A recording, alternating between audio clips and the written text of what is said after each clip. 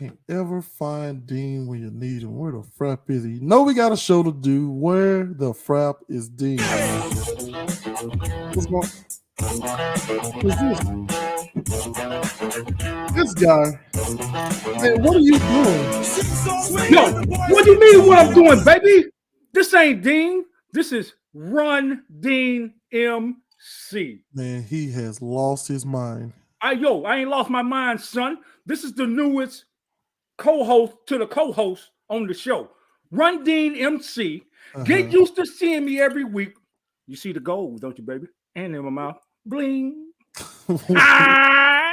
Hey, you gotta get used to this every week, baby, because I'm on the show. I'm bringing the uptown beat to you and Dean, but this is Run Dean MC. Man, you don't even have a title on the thing. Like, what do you mean? It says Mr. Dean right there. What are you doing? Oh no! And guess what?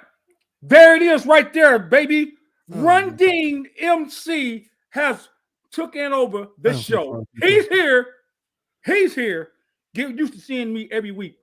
I got the gold chains. Look at that. Look at that. You see that right there? That's 24 karat gold. Yeah, I know you like it, son. We're gonna bring a little bit of uptown beat to the show, upstate New York style, baby. I need you to be up. You need some life. Up and out the seat. How about that? Be up and out that seat. No, I'm not gonna be up and out there. I tell you what. Where's Dean? Y'all seen this, so get used to seeing this every week. This was just a preview. It looks so damn good too. Come on, man. You know what I mean? You know what I mean? I don't understand what's happening. I got one. Hey, I got a couple of words for you, gals. Yes, Are you ready for it, son? Are you ready for this, kid? Hit the music one more time. Just one more. One more time. Like, no, I'm not hitting.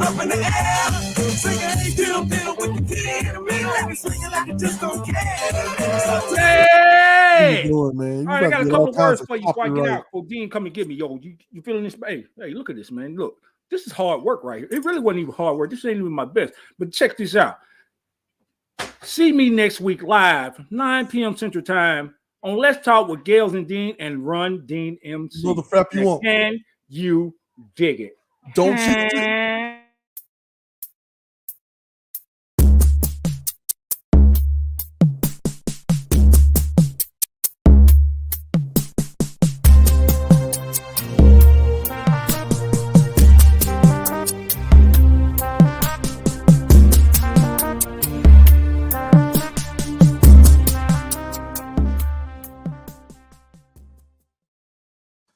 Man, I don't even know what to do about that. All right. Well, anyway, welcome back to Let's Talk with Gales and Dean. I'm your host, Gales, and to my left is usually Dean. I mean, usually Dean, but I guess it's just me, myself, and I. You know, matter of fact, I'm gonna bring this guy on right now. Our wonderful, wonderful guest. He was joining us a couple of weeks ago. We re-aired an episode last week. My brother, Mr. Chris. Come on up, Chris. Tell the people about yourself. Say hello once again. And I don't know where Dean is. I don't know who that Run Dean MC dude was or anything, but just introduce yourself, man. You got it. Yeah, Chris Porter, District Athletic Director, Murray County Public Schools. Glad to be on the show. Born and raised Columbia, Tennessee. All things Columbia, all things Murray County. Glad to be on the show. Glad to bring up and talk about and discuss around, part 2 as a follow-up to our discussion a week before last. All right. I love it. I love how you lean back to show off that dadgum Lady Tigers, man. Like, come on, man. Where's Cox? And where's Cox and Spring Hill representation, man? What is going on around these parts? Yeah, this still happened to be the hoodie that I was wearing today. I try to represent every school. Every school kind of hooks me up, but this one's a little special. My daughter plays softball for Whitthorne, so a little special. Got to wear it, got to rep it. I am a graduate of Whitthorne Middle School, so wasn't no Cox back when I was in school, but repping Whitthorne. Okay, fair enough, man. Listen, next time I see you, I need to see some that Spring Hill or EA Cox attire. All right. Oh man, yeah. I mean, I got some Spring Hill stuff, got some Cox stuff. Big shout out to Montana. You know, he won the county football championship. Did something amazing for his young people. He got them all rings for the championship, big school presentation, and he also presented me with a shirt. Was also fortunate enough to allow me to share in that ring ceremony with the student athletes. And so Montana did a great job at EA Cox. Hats off to him. But yeah, he hooked me up with some EA Cox swag, as the young folks call it. And so I rep that too. Actually, and truth be told, I actually had on my Cox shirt earlier and got to moving around and put on my hoodie, and then the show started, so I just kept it on. Okay. So look, next time we see you, it's gonna be some EA Cox and or Spring Hill propaganda. That's all. I mean, because you know you are gonna be. So you trying to come in for the alumni game, right? Are you coming? I'm gonna do my best to be there because Dean has apparently all kinds of. Matter of fact, Dean, get on here and explain yourself, that gummit. What the crap are you doing? What do you mean? What am I doing? What's up, Chris? How you doing, baby? What's up, Dean? What's up, brother? Dean, explain first. Okay, I want to know about the more details about this alumni game. When is it? Who is participating that you know of? And like what were the plans for the Let's Talking with Gales and Dean? Who that takeover, so to speak? Well, the plans is Chris done got everything approved. So the plans is to hopefully get you there. To have both Let's Talk with Gales and Dean there. I see you talking, Isaiah. I'll get to you in a minute, but anyway. The plan is to hope. Erica, what up, girl? That's my daughter right there. She on the show. She's gonna be talking all damn night. Listen, that left hook. Wait a minute, Dean. Hold on. That left hook still coming. It's still coming. I ain't forgot that gummit. She hit me something fierce. And you hit me like that gum, man. I got to retaliate like one. It took me a while to wrap my head around it. But now, next time I see you on site, look, my little niece. She'll be ready. She'll be ready. Oh, I know. Go ahead. Sorry to interrupt. Go ahead. So thing is, Chris approved everything. So what we want to do is Let's Talk with Gales and Dean, which is me and you. I already talked to Paco and the Who Dat podcast to come and help us. Gonna do some live broadcasting during the games. Hopefully, if it's a girl game, we're gonna broadcast during that game, but it ain't your regular broadcast. Like, we're gonna get up and go from bench to bench, interact with the crowd and everything. Former coaches, just fun with it. And then when we play, my original plan was to have us mic'd up. That might not be a good idea for how rough we get, so we don't want to break the equipment. It's the perfect idea. What are you talking about? The captain don't think it's good. I'm gonna talk him into it. He don't want to get the equipment broke, but that's the idea. Have me mic'd up, have D-Walk mic'd up, have down mic'd up, and have Quinn or Tane mic'd up on Central. And y'all know how we get when we all play, so it's gonna be a lot of talking trash. Oh my I score a bucket. I'm going over this. I'm gonna go over there on Central bench once I hit the game winner. I'm gonna go shake Chris' hand once I hit the game winner, and we're gonna make it into a good fun time. In all, it's gonna be fun because the way we're doing it this year, and Chris got everything approved for the broadcast and the stuff to be like this, so it's gonna be exciting. For those you don't know, this is my last one. I'm pretty sure is downtown. Quinn, Tame is all they last one. All the guys that really been doing this for a long time, like this alumni, this is all our last one. So the new school dudes can come take over after this. This is the last one. So this was gonna make it a great one. Win, lose, or draw, we're gonna make it a show and we're gonna make it fun. And just want everybody in Columbia to come out and support. So this is the third one, right? I think this is the third. This will be the third one. So the series is tied 1-1. The series is tied. Yep, because it started in 2019. They got us in 2019 when I cramped up on the free throw line. That you will not let me sleep on that. Hey, pressure bust all kind of pipes, man. And oh no. Hey, but I will say this though. You made a huge shot. But y'all came back from I don't know, 15 down or something crazy.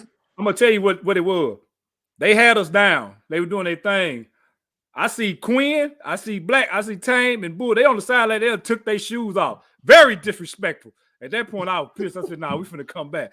And the crazy part about that shot is, I had just told Domino, I said, if I touch this ball, I don't care where you at, I don't care who on me, I'm shooting it.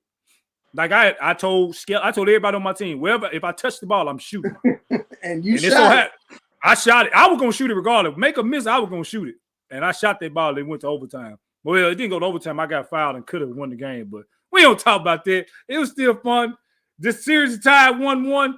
This is for all the mobs. This is the last one. So big shout out to Chris for organizing, getting this going. Hopefully we can get the girls game going too, because that'll be fun. But this is the last one, so we want all of Murray County, y'all come out and support not only us, but it's a big ball game that night. It's Spring Hill and Central support there too. And let's get Gales to Tennessee, people, because I need him for this. I knew somebody was gonna say. Man, they did not play that year. That is true. They did not play. Hey, look, Chris. No, I don't want to hear that because they part of Central. You take that L.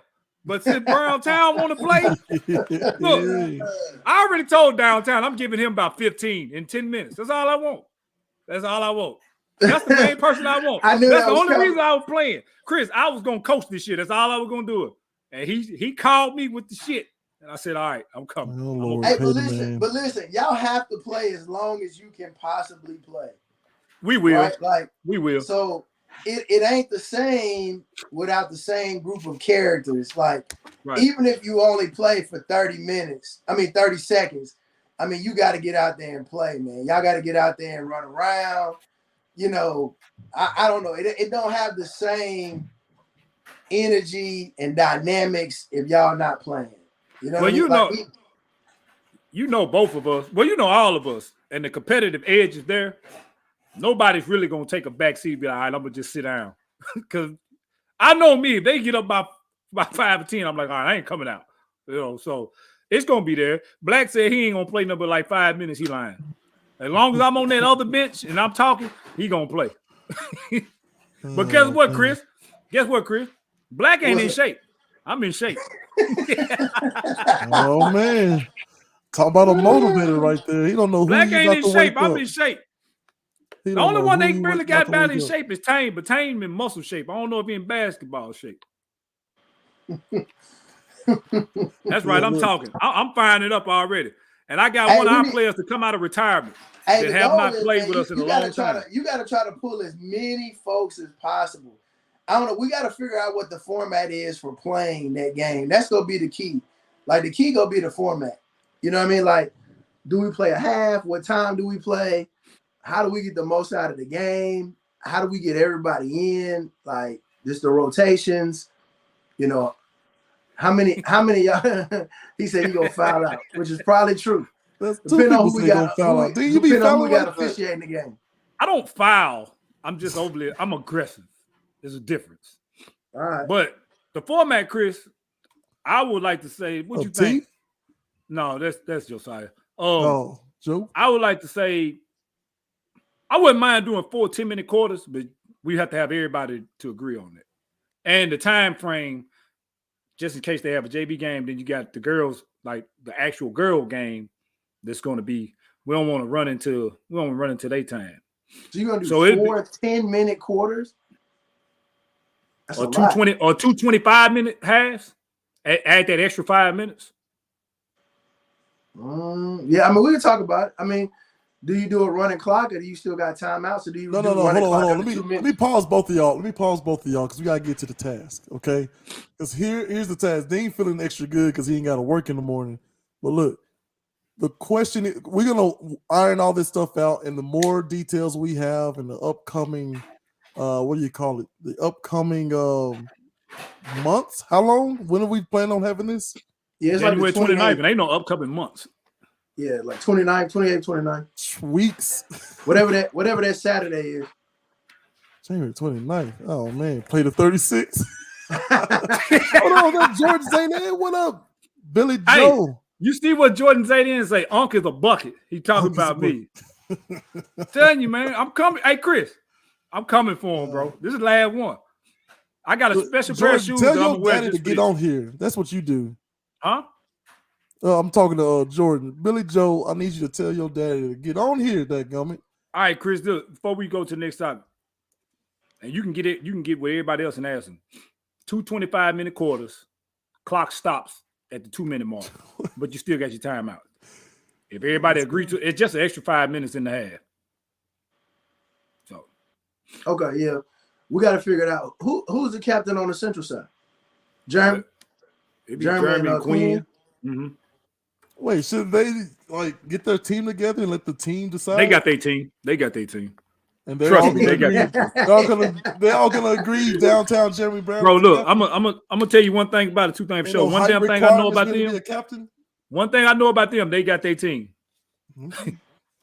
Just because you play the Central don't mean you're gonna play with that group of guys. Wait a minute, I want to know, right. are the Trevor Dukes of the world gonna be out there? Like, how far back are we going? Who's in shape? Duke the Don. I ain't seen Duke hooping. I hope he stay his ass at home. I ain't seen Duke hooping so daggum long. Pay the man. Duke, Trent, you ain't seen Trent out there, Waddell. Yeah, you tell Waddell stay his ass in Murfreesboro too. Now tell them all to come on, dadgummit. You know what? Get him off, producer. Dadgummit. Now look. So for those of you who are not aware, we have a no cursing policy because we are courting Disney. That's right, the Disney company. But Dean can't keep his mouth under control. So we created a fine system. This man is like $4.6 billion in debt with this fine system. I put a little ticker on here, a little scroll, pay the man. You'll hear me throughout the show say pay the man. Every time I say that, Dean adds to his deficit. Like, y'all pray for this dude, man. But listen, I want y'all to figure out the details, and then once we have all the details laid out, we'll get ourselves organized, and next week, you can break it down. If you got people doing flyers, Chris, let me know. Tell them to send it to the show, and we'll promote it on the show. Just whatever we can do to help really blow this thing up. And I'm gonna have to pray about that ticket, man. That ticket, boy. I don't know, man. You can make it, man. I know. But yeah, I know. Look, I know my mama's somewhere like, yeah, come on. Okay, so a couple of weeks ago, we talked about Coach Prime, this Deion Sanders thing, right? As we, transition over to this topic. One of the biggest questions we came away with is Deion being asked to do more because of the cultural effect of, a black man with means coming into a city or that home that without means, right? And then promising a bunch of stuff and then leaving before they're ready for him to leave. Is that sort of a trigger for black people, right? With so many fathers out of the homes and things like that. So who wants to start with that, gentlemen? Chris got it. Can't control themselves. I got it. Oh man, that's all right, Rock. They have a limited vocabulary. Oh my goodness, he is hitting us in all the places. Hey, Rock, go wear you out, all man. I already know it. Then you got football routes. Yeah, I'm right. They work in basketball too. So as far as Deion, I mean, I think if you play it out the last couple of weeks since we last aired, I think Deion alluded to a lot of different things. I think the most recent thing Deion talked about being kind of offended that he would, come to JSU for money or even leave for money. And that money was not a factor. Money did not play a part in his decision, in any of that decision. All right. But I still stand by kind of my statements 2 weeks ago where I said that I support 100% Deion's decision to go to Colorado, like individually, if that's what he wants to do. But I also think it creates a black eye for HBCU. I think it also sets HBCUs back. And I think, Deion becomes the best and the worst thing to happen to HBCUs. Just given the magnitude of what Deion brought with him. I think there was an interview. I'm trying to think about which interview it was because I'm trying to quote it specifically. But Deion talks about the word tired. He mentioned the word tired. And then he kind of tries to back off that statement and really starts talking about, now saying, oh, it's bigger than football. It doesn't necessarily start with me. It may have started with a man, but it continues with a plan. I think that's kind of the lingo or kind of the phrasing that Dion used. But as we continue to unpack this layer by layer, you start trying to think about Dion's magnitude, his impact on the campus, what he meant to Jackson State, what those players meant to Jackson State. And heck, with Dion leaving, all those kids are going into the portal. And the question is whether or not those kids would have entered the portal had Dion would have stayed. We can speculate all we want. Personally, I feel like though all of those kids would have stayed, they would have continued to play.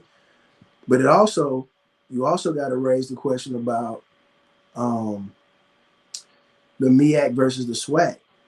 And you also got to look at the competition in which Dion was playing.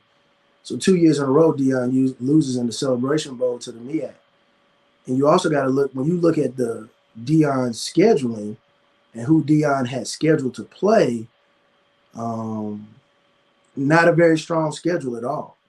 Not a very strong schedule at all. Then the other head scratcher that you have on all of this is, why didn't Dion get in the FCS playoff? Now, Dion makes a comment and says it's because of the money. We can't do it because of the money. I don't believe any of that. Because if Dion wanted to raise the money, if they wanted to come up with the money, then guess what? I think they would have came up with the money. The problem is that Dion may not have made it out of the first round in the FCS playoffs, given the competition level. So Dion was smart from that standpoint of how he formulated his schedule. It set him up. He had a lot of momentum, and it got him to where he wanted to, which was trying to get to a Power 5 institution. And we'll be forever scratching our heads, I think, regarding this decision, and we'll be talking about it for years to come. Well, I don't think we'll be scratching our heads. It seems pretty simple. I mean, if you know how football works as far as the executive and coaching, right? It's all about getting in a certain pool and then being elevated, or I tell you what, think about it like a promotion. You see a lot of coaches start at high school and then small schools and then, JUCOs and so on, and they work themselves up. Deion Sanders never wanted to be anybody else's assistant coach. And the only way he can go straight to being head coach in the FCS is to, take the route that he did with Jackson State, which no other coach of his caliber would have ever been anywhere near that job. Just being honest. I mean, I don't disagree with that, but I think if you go back and continue to play his first interview of how he wound up at Jackson State, and then you also played an interview here recently of his departure. Dion says it's about football or it's bigger than football, and it is. I think that's completely accurate. It is absolutely bigger than football. And Dion, in this sense, when we look at it, Dion did not articulate or did not communicate in the Dion way that his goal was to end up in a Power 5 school, a Power 5 conference. It was just to be a football coach. And that's what he wanted. But he also sold everybody with the backdrop of our Lord and Savior, Jesus Christ, that he was going to come in and swoop in and be a savior of some extent. And so people held on to that. People looked at that and said, yeah, Dion is the guy. Dion is going to, transform this whole, landscape of HBCUs and bring it to light and bring attention to it. So now his platform is, all of these things were bigger than me, right? So Dion will go in and say, well, when somebody pulls a fire alarm, 1 a.m. and it doesn't get cut off until 4 a.m, or talking about the safety of the campus, or talking about all these variety of different things, which is common across, one, college campuses, but two, you see that, unfortunately, a lot of times being discussed on HBCU campuses and trying to discuss about how those things can be addressed and how those issues can be rectified. So when he first got there, he made the statement that, of course, he did use our Lord and Jesus Christ, right? With, bunch of times. I mean, are we all supposed to be that bold? Let me open the floor up. Are we all supposed to be that bold? Honestly, first of all, like how he mentions it, and he's done the same thing. He's been consistent at Colorado, right? Well, the one thing about Deion, y'all got to, and I like Deion. I ain't a fan of. I'm not mad at him for going to Colorado. I don't like how he went in and told them players, y'all basically ain't got a place here with me here. But being a former Florida State Seminole, I'm always have a special place for Deion because he played for Florida State. But one thing about Deion, if y'all notice over years, Deion is all about some damn Deion. This go back to Atlanta Falcon days, Atlanta Brave days. Go look at that documentary. Deion is about some Deion. So when he say this is bigger than football and stuff, I want to call bullshit. This was about you, Deion. Okay, first be of all, honest with you. Look, get him out here. First of all, pay the man that gummit, right? Second of all, you got to put it in contextual. You have to add some context in there as well. He did say, "Hey, go ahead, get in the portal, because I got people coming." Right, but what they don't play for the most part is the long form version of that, which he says, go ahead and get your butt in the portal and get on up and get out. If you're not ready to work, if you're not ready to be a dog, if you're not going to have your butt in class and have character on that campus. There's a whole bunch of stuff that came after that. Let me ask you. You got to understand how they clip stuff can really, really create a narrative, but we ourselves have to be better than that and look at the long form conversation. I want to do that with everybody. How many of them players you actually think took their ass to class down in Jackson State? I mean, he had a pretty good graduate. Now, I will say this: I do believe Deion had those kids toting the line because I think they had that much respect for them. Because Deion can make you out to be Deion will make folks out to be believers. I mean, he will have them motivated, inspired. I think he had them going in the right direction to what they wanted to do and what they needed to do. And I think those kids toted the line because I think they believe what Deion had laid out for them. I think they did go to class without cutoff sleeves. I think they did go to class without slides on. I think they did all of that. And Deion set the tone and the example. But what I do know is that he's probably not the only coach in the country who was doing something very similar. But Chris, Deion just broadcasted for the world. Chris, I don't allow that sort of rhetoric with my children or myself. Like me in my house. Don't come home. I'm sure y'all had the same thing. I know, hey, those pointers are something fierce. Those Williamses are something fierce, right? Mama Gales and all them, something fierce. There was no, well, other kids are doing X, Y, Z. I don't care what other kids are doing. I don't care what other colleges are doing, right? What I'm talking about, we're going to keep it in the frame of Deion Sanders and other coaches like him and what he's done. If you really pay attention to Deion, the documentary, the showing up in a limo and whatever, all that stuff, God has always been a part of that, right? As well as him always being a good teammate. You hear from his team, Deion always looked out for us. Always. I mean, fighting these people. He fought the Cowboys, man. We need some better uniforms, man. He said, man, what are you doing? Laying out your clothes like we going to a dance. He said, hey, you look good, you feel good, you play good. But that's something he spread amongst everybody. He talked about how cornerbacks at the time weren't getting paid enough. And you can say, oh, that's just about Deion. But how many cornerbacks got paid after him? You see what I'm saying? They kind of leaped over some other positions after Deion. I get what you're saying, and you're making all good points. That ain't going to change the fact that Deion is all about some daggum Deion, bro. And that's fine, but what about the idea of rising tides lift all ships? You heard this before? Rising tide. Well, ships are rising tide lift all ships. But I'm saying personally, I don't think the tide got high enough to lift all the ships. Because what Deion is saying is, Deion says and this was real interesting, his comment that Deion said. Deion said the movement may have started with a man, but it will only continue with a plan. And Gales, you alluded to that 2 weeks ago. So, but this is the problem with that. Until there are enough people who are fully vested in the trajectory and the direction in which it's heading, which is called momentum, the momentum has to be at a pace moving fast enough so that the others can kind of, as a conduit, kind of, kind of plug into that. And unfortunately, I think momentum has been significantly lost. Deion has said to the world that this really almost was like a dog and pony show. Do I think Deion loved his time down there? Yeah, but Deion's all about moments. And if what Deion was doing was so significant, one, I don't think he would have left.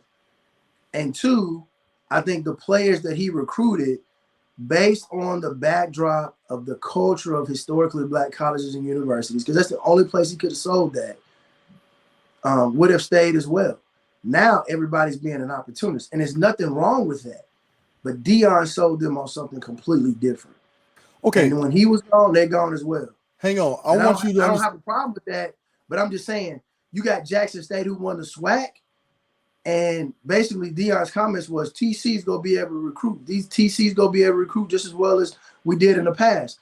The SWAC may not make it in the top 3 or 4 next year. So to put that into context, I mean, you got, Power 4 and Power 5 players, not a ton of them, but enough where you were just beating teams by 50.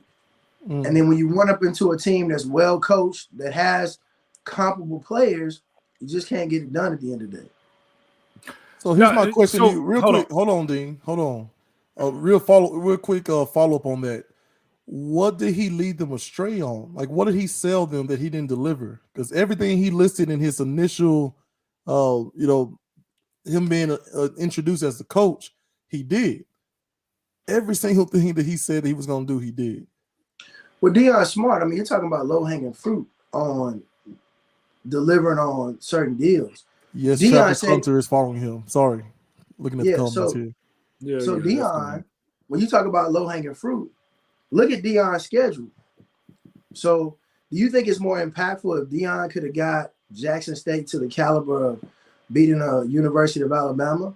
Or do you think it was to win the Celebration Bowl? Oh, man. Do you think it would have been, but no, just hear me out. But do you think it would have been more impactful if Deion, right, would have beaten a Power 5 team?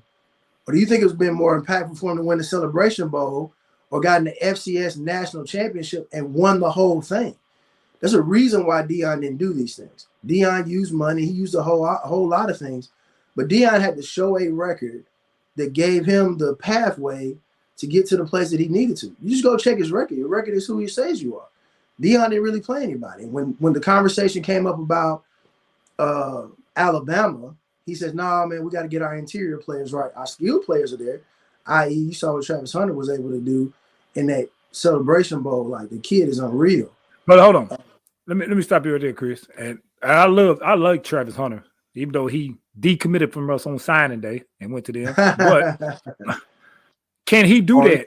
Can he do that against other top-notch cornerbacks and receivers? Well, I think what all the analysts are saying, and just from the eye test, I think a lot of people believe that coming out of high school, he was that and more. Now, I think the people that you look like that are currently on the table now, you look at Georgia, Florida State's back on the table, obviously Colorado. USC. And it's going to depend on what he wants to do. Now, this really comes down to Travis Hunter, whether or not he really wants to win. If he really wants to win, he's going to somewhere in the SEC. Yeah, he's going to Georgia. Where he's got a shot to play early, short list, Georgia, Alabama, and then he's going to, have a shot at the national championship and helping the team out. My opinion, my auntie on me, boy. He should be that going. That's all right. My opinion is with Travis Hunter, even though I'm a Florida State fan and would love to see him in the garden and gold, but like you said, you want a chance to win, you want a chance to play. With all that Georgia got leaving in the secondary, he a day one starter down there. He from Georgia originally. Well, he from Georgia Gwinnett originally. County. It's Georgia, yeah. Gwinnett County. He from Georgia. Yeah, he's from Georgia originally. So what you said, you hit the nail right on the coffin. You want to play and day one starter with a team that's going to win. I think most of Georgia, if not, they whole secondary probably going to the draft. I don't see why he wouldn't start. Would I love to see him in the garden and gold? Hell yeah, but reality, you want to go somewhere win right there. Georgia got a damn good chance of winning the national championship this year. Listen, they do. I hate that mentality. One of my favorite things to do, Dean, when we were playing for Spring Hill High School, was to play Hillsboro. No, I that's get the it. talking of I'm not talking about from me and madman. your standpoint. I'm talking about him. But time will tell. But I mean, he could have went to Georgia. Like, I feel like he's there because of Dion. And I think what Dion is selling them now. I'm laughing at my auntie, Well, man. she is tells really that. on you, boy. Hey, but I think what he's selling now, because he can't sell the historic black college experience, which Can't. man, that'll be hard to leave to go to Colorado. Ooh, but hey, but think about this though.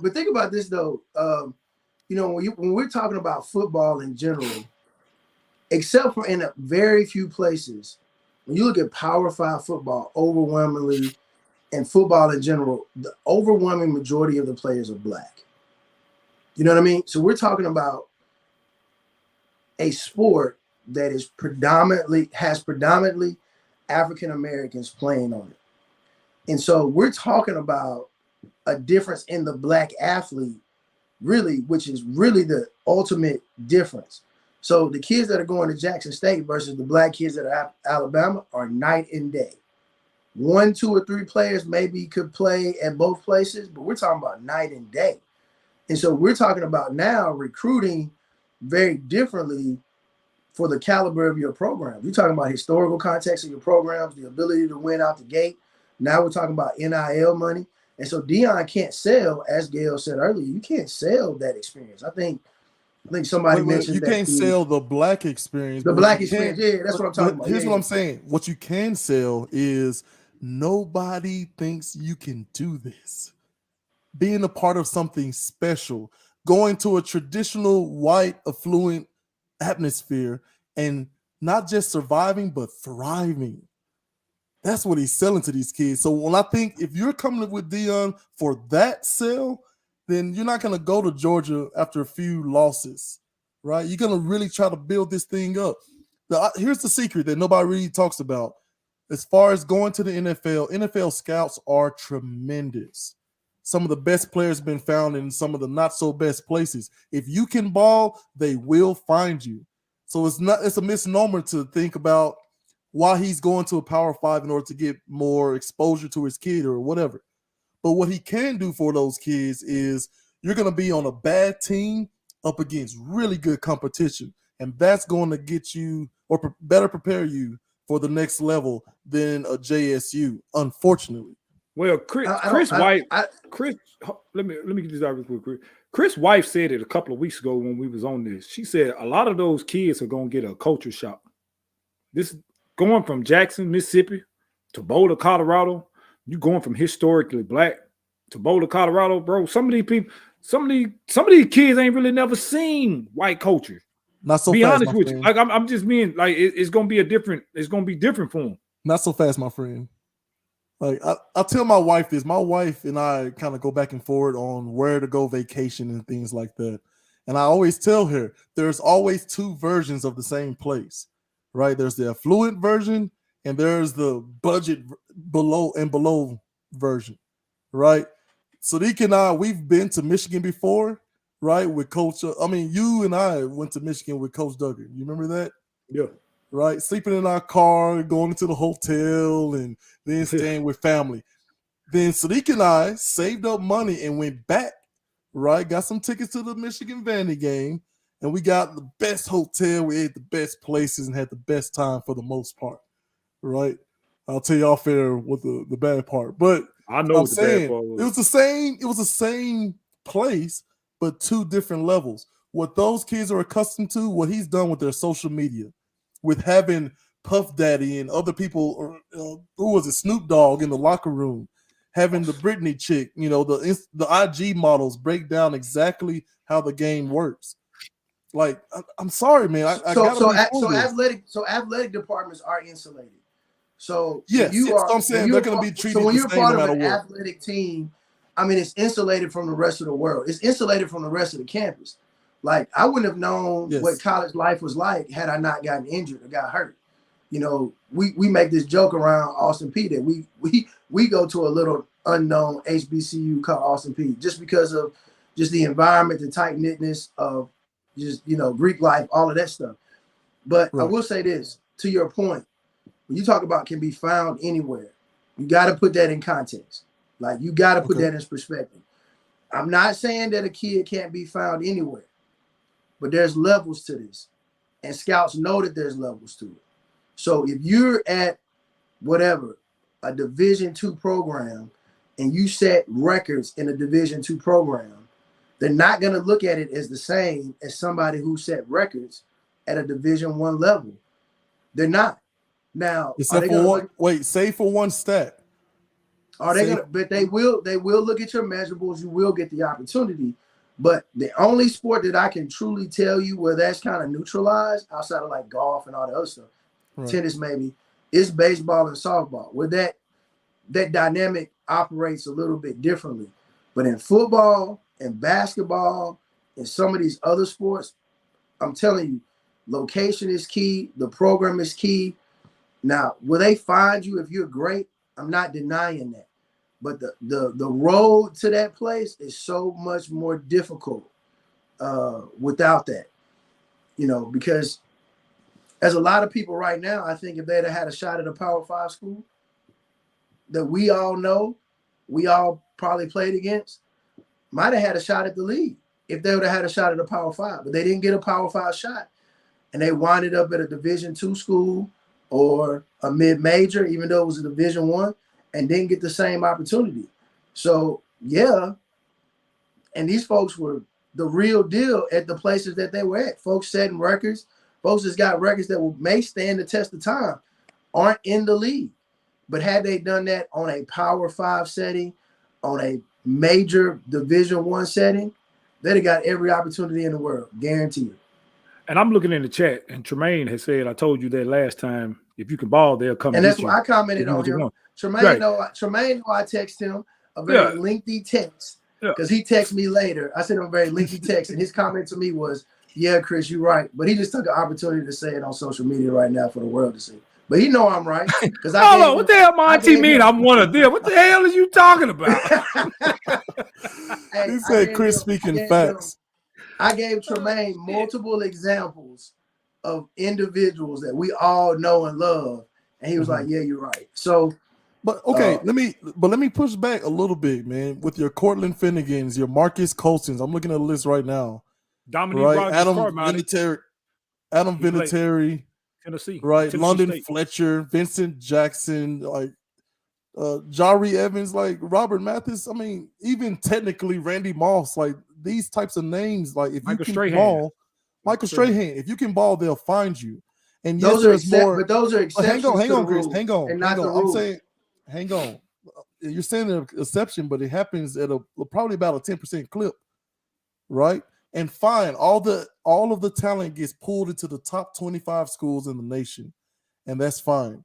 But what I'm saying is, they're gonna find you no matter what, and it's a lot easier.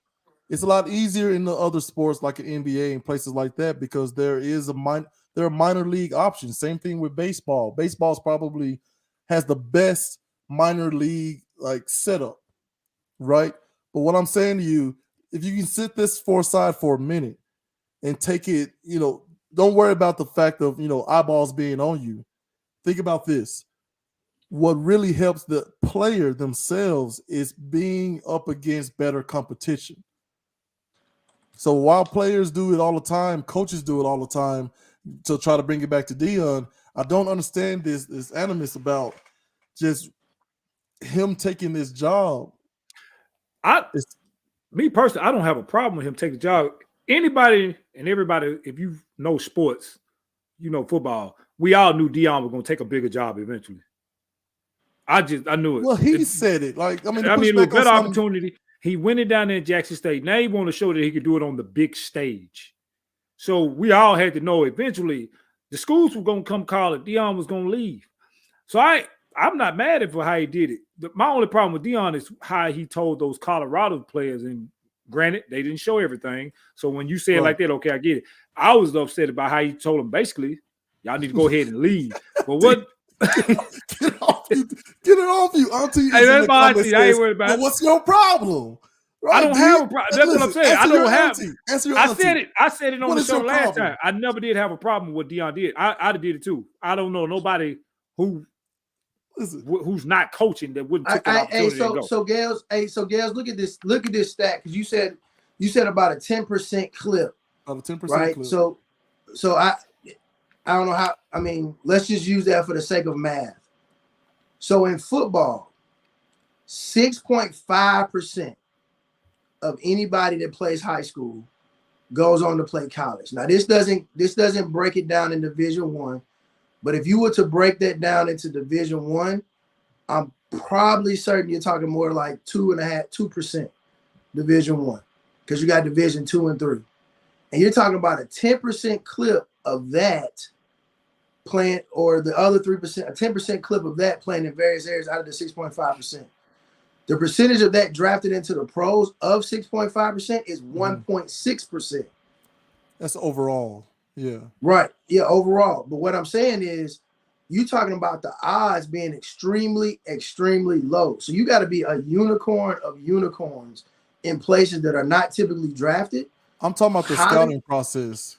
Even the scouting process. You still got to like hear me out, Chris. I'm saying, like, literally at our high school games, there are people in Columbia, Tennessee from the NFL. You know what I mean? So when I'm talking about like who gets scouted, like when Vandy was recruiting, they weren't even recruiting me at first, right? There's this idea that, you know, may he rest in power. This guy, Fred Sparkman, comes from Columbia, Tennessee. Okay, well, who else is in Columbia?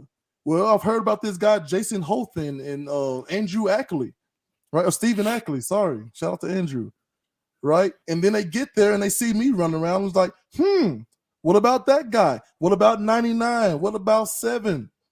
Let's look at this Sidney Dean character. Let's look at Sadiq Ziyad. Let's look. I mean, that's how pipelines start and they grow. And when I tell you, hang on. I'm telling you, literally, I had elementary school teachers telling me that they had somebody from Vanderbilt coming and asking questions. Elementary. For me, I wasn't the top whatever player. Maybe 3 stars. Like, I don't even know how my ranking even worked back in those days. I think you 3-star. Right. So like Dean and Sadiq and some others were definitely ranked higher than me on my own team, but they still found me. And I'm telling you that the NFL has a bigger force than the FBI. And what I'm saying is, everything that you're saying is accurate. But what I'm saying is, in a competitive system, yes, where it's more competitive, let's just say SEC. So right. Do you think a kid at the University of Georgia has a better shot at the NFL than a kid that's at Tennessee Tech? Yes. Yes. That's tricky. That's not tricky. It's not tricky. No. I'm just saying. No. Hear me out. So I'm just saying, like, the idea that that's true because of their rank in high school. Like, check this out. Hold on. The top 25 players. I'm not talking about Wait. Hang on. Bear with me. Let's say the top 50 players of all positions are literally ranked 5 stars or whatever, right? It doesn't really matter where they go, right? That doesn't really give them a better chance. The only advantage it gives you is actually increasing your skill set by playing against other people of your caliber. Because Travis Hunter, if they would have stayed at Jackson State, he still would have went to the league.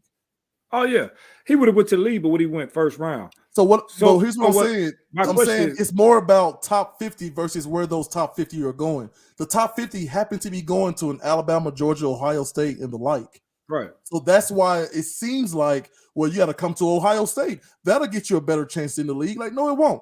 No, so Chris, won't. Let me ask you this: players are going to go to the league no matter where they are. The only advantage of going to a big school like that is for the player actually gets to be better prepared for the league by playing against other players like them who just happen to be kind of clumped up in the same areas. You see what I'm saying? Chris, let me ask you this. I'm not saying that a kid cannot be found anywhere, but I'm just saying you're gonna increase your opportunities in those particular sports when you go to those particular types of schools. You just are. I mean, it is. But you gotta, and that's fine, but you have to define exactly what you mean by that. You're saying bigger opportunities, and I'm telling you no. I'm telling you the number one player in the nation can go to dadgum Columbia State that has no college and sit out for a year and still go. You see what I'm saying? It's all about the top 50 players are part of that very, very, very, very small percent of high school people who make it to the NFL. It doesn't matter where they go. That's what you've been sold by the universities. Come to my university, because what that really helps, Chris, if you want to be real about it, what it really helps is your depth. Because if I'm Georgia and Alabama and I'm gonna get 6 5-star recruits, everybody else wants to come there because they think the big stage is what's gonna give me that edge to get to the NFL. Like, no. Eating how they eat is gonna get you to the NFL. Playing against other people of your caliber is gonna help you in the NFL. But I'm saying the top 50 are literally gonna go. What are you talking about, Brown? Downtown Jeremy Brown. All right, Jeremy Brown says, no, you wrong, Jeremy. He says you got a Power 5, you have 100% better chance at getting to the league than a mid-major. And I'm telling you, okay, you guys are right, but I want you to understand why you are right. Okay, you're right because the top players are going to those schools. It's not the other way around. I mean, just think about this. How about every black talent goes only to HBCUs? That would skew the numbers something fierce. That's what we was waiting on Dion to do. Alabama wouldn't be as good. Alabama and Georgia wouldn't be as good. You said you're right, Jeremy. Which Jeremy, that gummy? Brown or Gales? I need to know, Marcus. I need to know. But I'm just saying, like, I want people to understand. Okay, let's go ahead and get into the. What was you saying, Sidney? You was gonna ask me a question. What was you saying? Sorry. So I would go ask you, and I pretty much know what your answer is gonna be, but I want to be clarified. You remember Dominique Rodgers-Cromartie played at Tennessee State? Yes. Went on and did, he won a Super Bowl. Did he win it with the Giants? Won it with Giants, right? Or Philadelphia. He won it 1 or 2. Anyway, he was one of the top. He was top 10 corner when he was in the league. And he went in the second round, late second round, which is okay.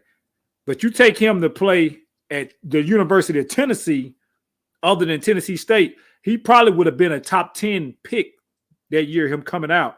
But since he was at Tennessee State, he went late second round, and he had D1. He had Power 5 talent, 6'1" corner, 215, 220 pounds, ran like a 4.3. He had the talent, but just because he was at Tennessee State, he went later in the second round, which ain't nothing wrong with that.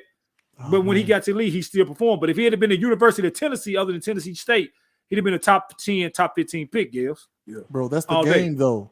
I'm telling you. But the thing about it is, though, but the problem is it's the game, yes, but everybody's playing it. So even when they're scouting, how often do you see a kid walk up on the stage and now for the number 1 pick, somebody coming from Austin Peay, my alma mater. You know what I mean? Like, how often have you heard that? How often have you? Okay, Chris, right there. State. Hang on, Chris, right there. You're on to something there. You're on to something there. State. How many 5-star recruits go to Austin Peay? They'll probably have transfers in if they get a 5-star. They started in Power 5. After what? After what? They've messed up somewhere else, so they gotta, I don't like how coach treat me, whatever. That's never no disrespect to Austin Peay, but they're not gonna get a 5-star recruit out of high school. They're just not, unless something goes terribly wrong. But okay, then let's go to that point. So there's a correlation there, right? But also in the correlation is also how the divisions were set up. The divisions were set up for that particular purpose. I mean, the divisions are set up talent-based, right? So even if you are a smaller institution, Duke University, you'll be in a Power 5 conversation because of the talent that you're able to draw. And so the better the talent, you're playing against other better talent. So what scouts and anybody else is looking at this is saying, look, this is the best talent in the country competing every single day in the country. And I'm looking at the ultimate prize, which is the league, which is comprised of the best talent in the world who just previously came from all of the other best talent that they played against, the schools. there are other folks sprinkled here and there. Why? So we're gonna naturally look at this place to be able to determine whether or not. I don't have an answer. You gotta go. That. Listen, and this is gonna sound really like hyperbolic, but you gotta go all the way back to slavery for that. Ooh. I knew you were gonna come with some shit like that. Pay the man, Dean. You have to go all the way back to slavery. You gotta understand, like, there are different levels of stunting, right? I can have just straight up money, or I can have the name. It's all this stuff is made up. But the idea that back in the day, here was a stunt back in the day. Right now, you got Elon Musk who can, fly a spaceship and go, how many people got a spaceship, right? It's like 3 in the world, right? Right? Virgin Mobile guy and right. Jeff Bezos. But back in the day, you know how you stunted on somebody? I'm living so good, my slave is clean. I'm living so good. Look, my slave got a suit.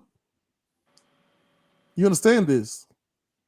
You understand this idea that what we do is we'll make up a system that gives us any kind of negotiation power.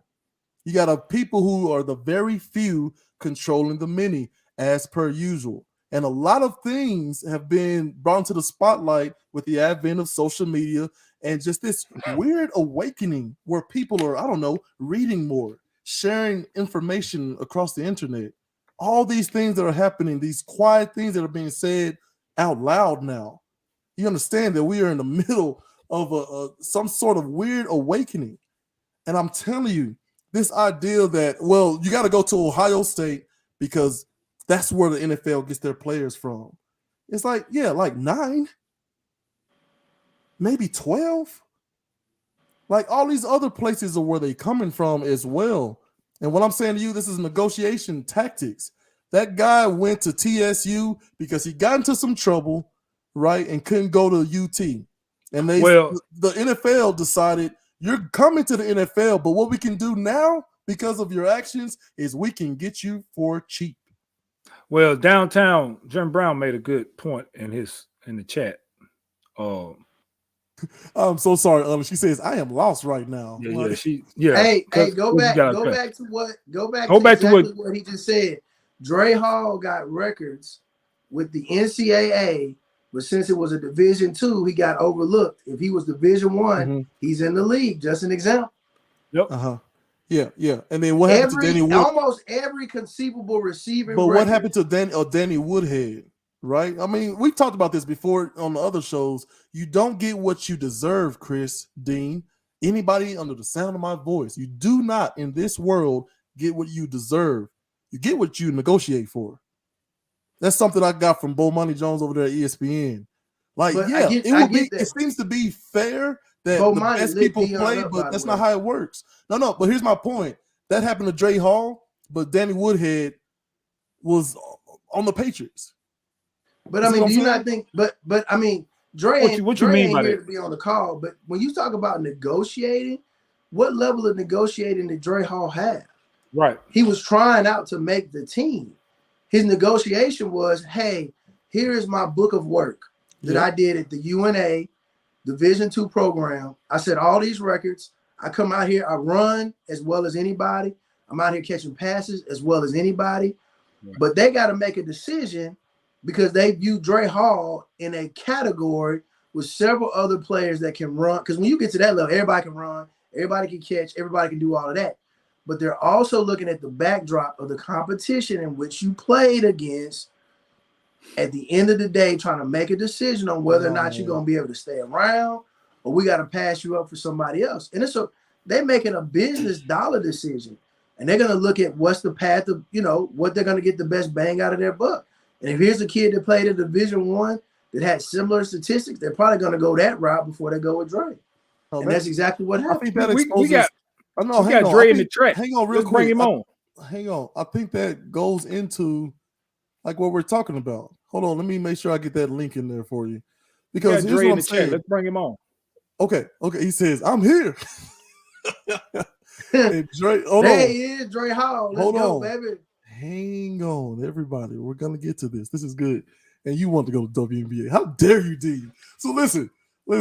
The idea that I'm saying, what is his negotiation power? Like, it's gonna sound silly. Like, what kind of story did he actually have to go with it? A lot of this stuff is, are they gonna put butts in the seats? Are they gonna sell jerseys? Like, Dre, I hope you come on. Like, this man is one of the top receivers in UNA history. Okay, thank you. Not one of the top, the top. Oh my bad, the top. Division 2. He's one of the top in Division 2 history. Oh my goodness. Why are you saying, oh my goodness? What is oh my goodness about, bro? We're having two different conversations. I'm saying with that kind of resume alone, he should have had an automatic chance to prove himself at the next level. Nobody disagrees with you on that. Okay.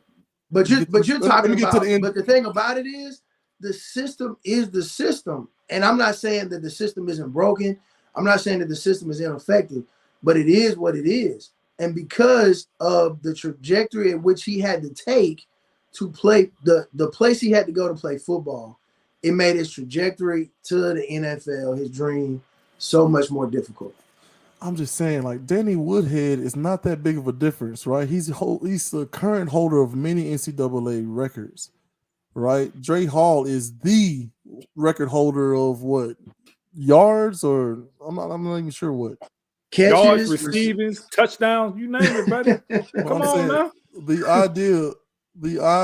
idea, and this is what I'm talking about right here, man. Click that link, Dre, and please come share your perspective.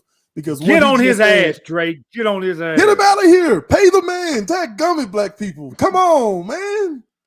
Come on, man. Listen. So we went to a whole totally different topic. I mean, we went from Dion to this. We went from Dion to Dre Hall. Get him out of here, producer. Get him out of here. It's all connected. It's all connective tissue.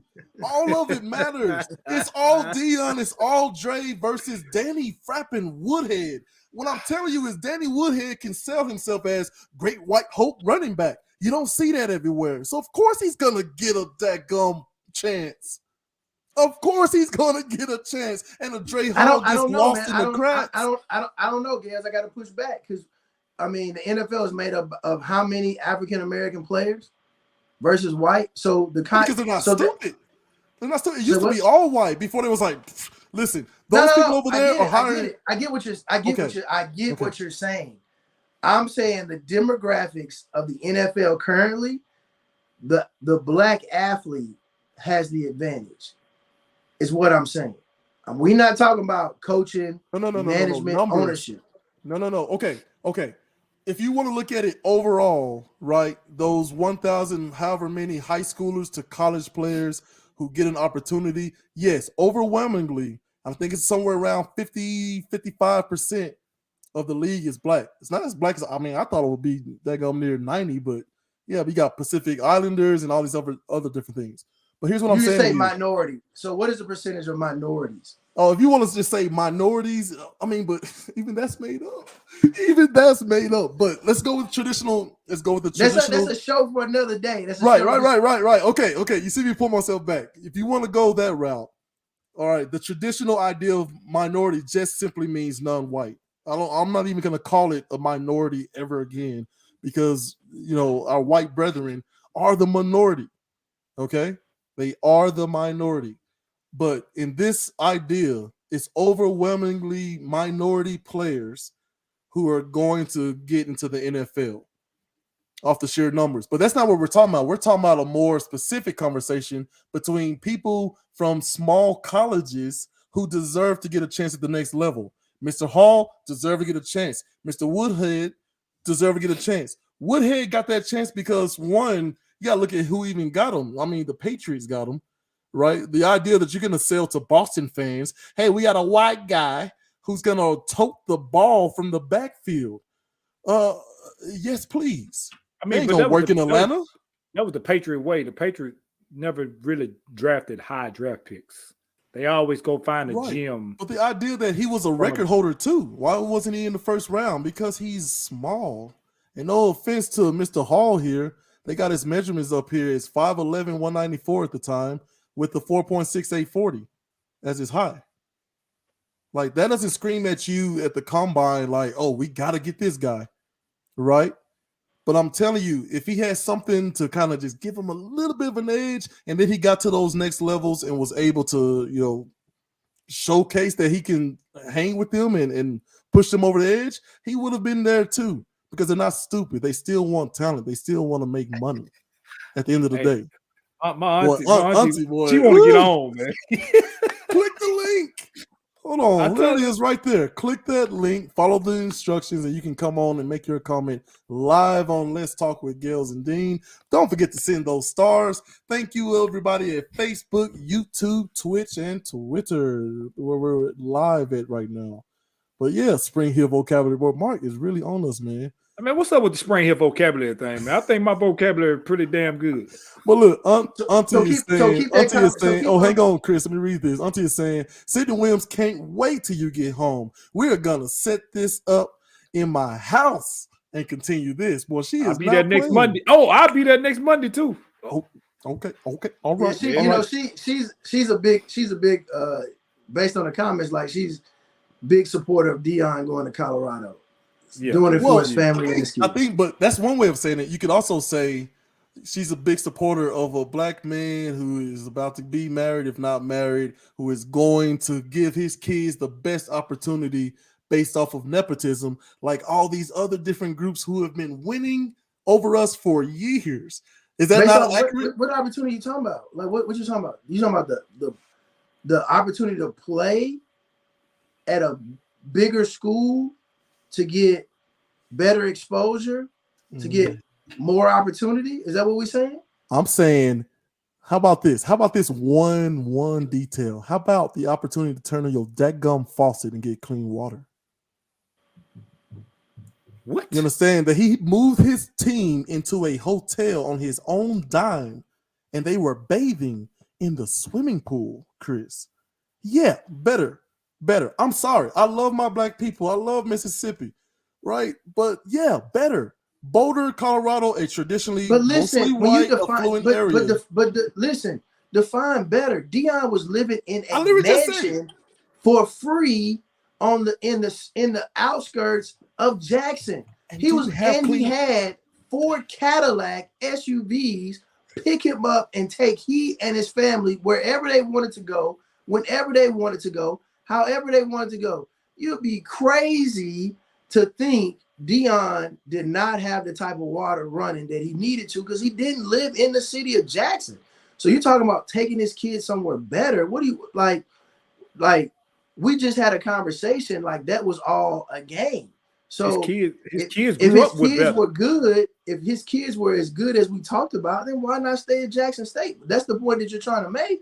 They're all going to get drafted. They're all going to go. I'm saying. The raw part of that, because you're hitting all great points. You're so good at this, Chris. That gummit. Well, here's what I'm saying. You're hitting so many different points. Let's stay right there. The only advantage that those kids have from going from Jackson over to Colorado is they can make themselves better by playing against more players of their own caliber. Right? Their NFL status, maybe they get drafted lower because the NFL are dirty like that and they want to get people for the cheap. Maybe not.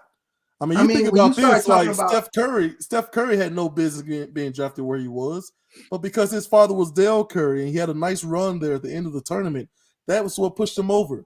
The ball kid, right? His dad just talked so much trash, he got him a better spot. But think about Steph, though. His daddy didn't make any of those shots.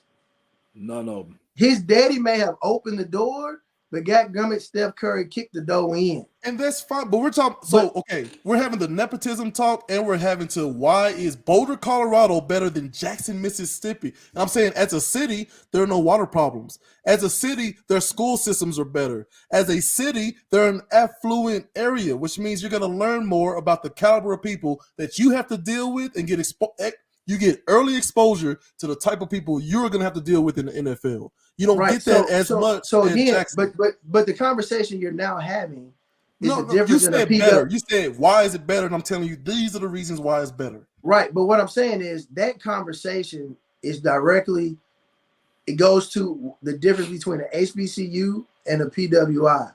And why is there a difference there? But it also goes back to the point that you said earlier. There are a lot of systems, there are things at play that hurt that.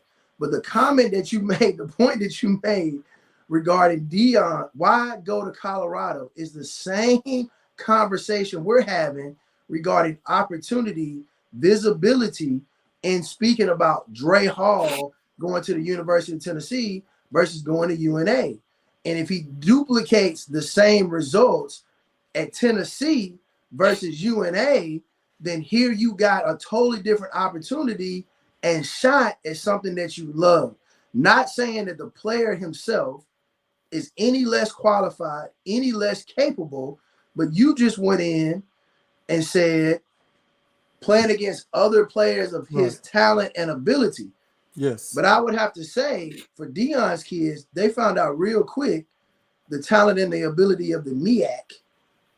No, my friend. Let me stop you right there. That's a team. Look, football is most definitely a team sport, right? And listen, that's a real coaching thing. That's a real coaching issue that he came up with.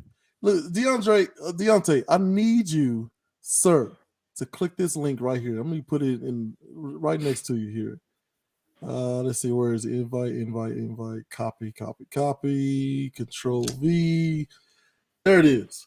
You gonna get him on?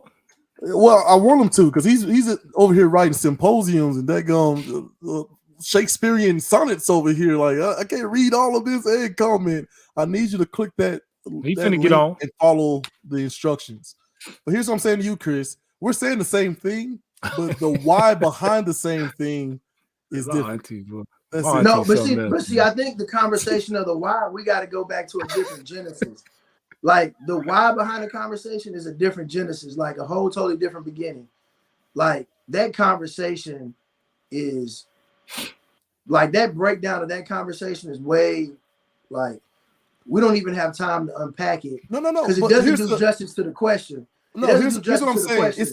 Here's the abbreviated version. I'm saying there's a direct correlation to all the players because of some mystical thing that these guys have come up with, right? These coaches, these athletic directors, the politics of NCAA football have tricked everybody into believing that you have to come to these certain colleges in order to be seen by the NFL. Jerry Rice went to Mississippi Valley State. One of the greatest receivers of all time. It's all over the place. It's all over the place. You think about it. How small of a chance? There should only be about 50 schools that draft NFL talent. But there's way more because NFL, they're not stupid. They go and find the talent, and yeah, they'll draft you 6th round because it's cheaper. That's all a ploy. But the idea behind it is you got to come to Alabama to get to the NFL. That is absolutely false. And I'm saying that people have more exposure to Alabama because of that lie that brings all of the talent. If we had to that point, if indeed it is a lie, yes. If indeed it is a lie, yes, that perception has become reality. For now, but listen, who, like, would anybody argue that the SEC is the most powerful conference in the country? I mean, some ridiculous people will say otherwise, especially with Texas and Oklahoma about to join in a couple years. So because of the lie that you mentioned, that perception, that lie, what have you, has become a reality. It has become factual. So you would not debate that the SEC is not the best football conference in the country. I don't think anybody would. So therefore, if the SEC is the best football conference in the world, and let's just keep it Power 5. Let's take HBCU out of it. Okay. Do you go to Colorado, 1-11, or do you go to the University of Georgia, who's probably going to win another national championship? I mean, the normal way is if you can go to Georgia, go to Georgia. If you can go to Alabama, go to Alabama. Unless there's another type of lie, right? Which is, hey, I'm from Florida, I got to go to a Florida school. Like, that's a lie. The other lie is, well, coach is going to be here forever. Right. I mean, so you'll have to define normal. But one point in time, you know, you went to certain schools based on the position that you played, based on your skill set. So if you was a lineman, you went to a particular group or set of schools. If you was a running back, you went to a particular set of schools. If you was a wide receiver, you went to a particular set of schools to get that level of exposure based on the offensive and defensive schemes that they were running, so they could maximize your ability and talent to get seen and go where you needed to go. So that's, I mean, so if we're talking about that's the truth, then I mean, obviously that gives you the greatest chance possible to go. Oh man, I don't know how to really put a bow on that, because the idea that, as Marcus said, look at Terrell Owens. He was at UTC, which was D1 AA at the time with the HBCUs, and he's an NFL Hall of Famer. Rob, I'm not talking about. I know. Hang on. He says, Chris, you like how that's why I come in. I put a plug in for the school too. Rob, listen. I'm not talking about the one-offs, brother. You know exactly what I'm talking about. No. But how many people can we name before you stop calling them one-offs? Like, they make up a pretty good percentage.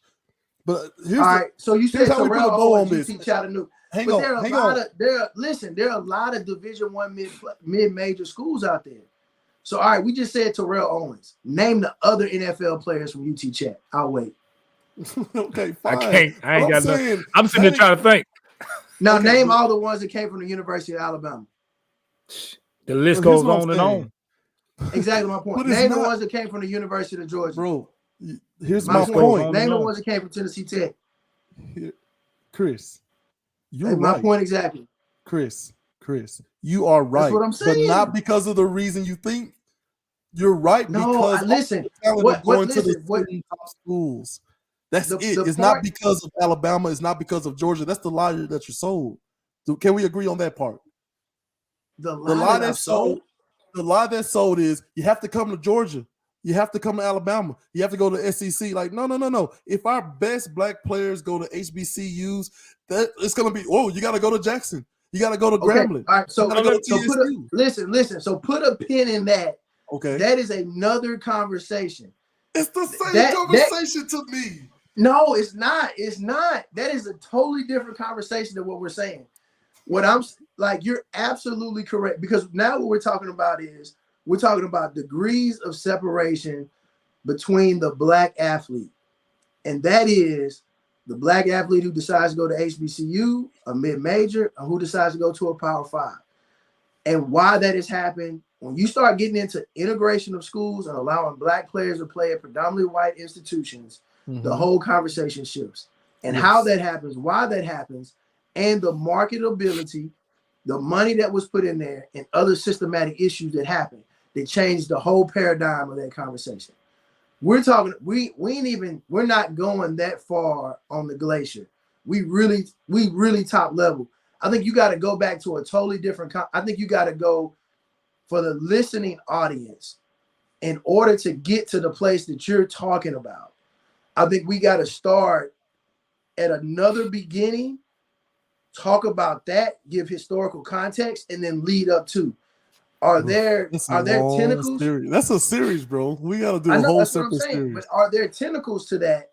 Are there tentacles to that indirectly impact or directly impact in some instances some of the stuff that we're talking about? Absolutely. But based on your initial just surface level comment about opportunity, then I think you have to look at it from that context.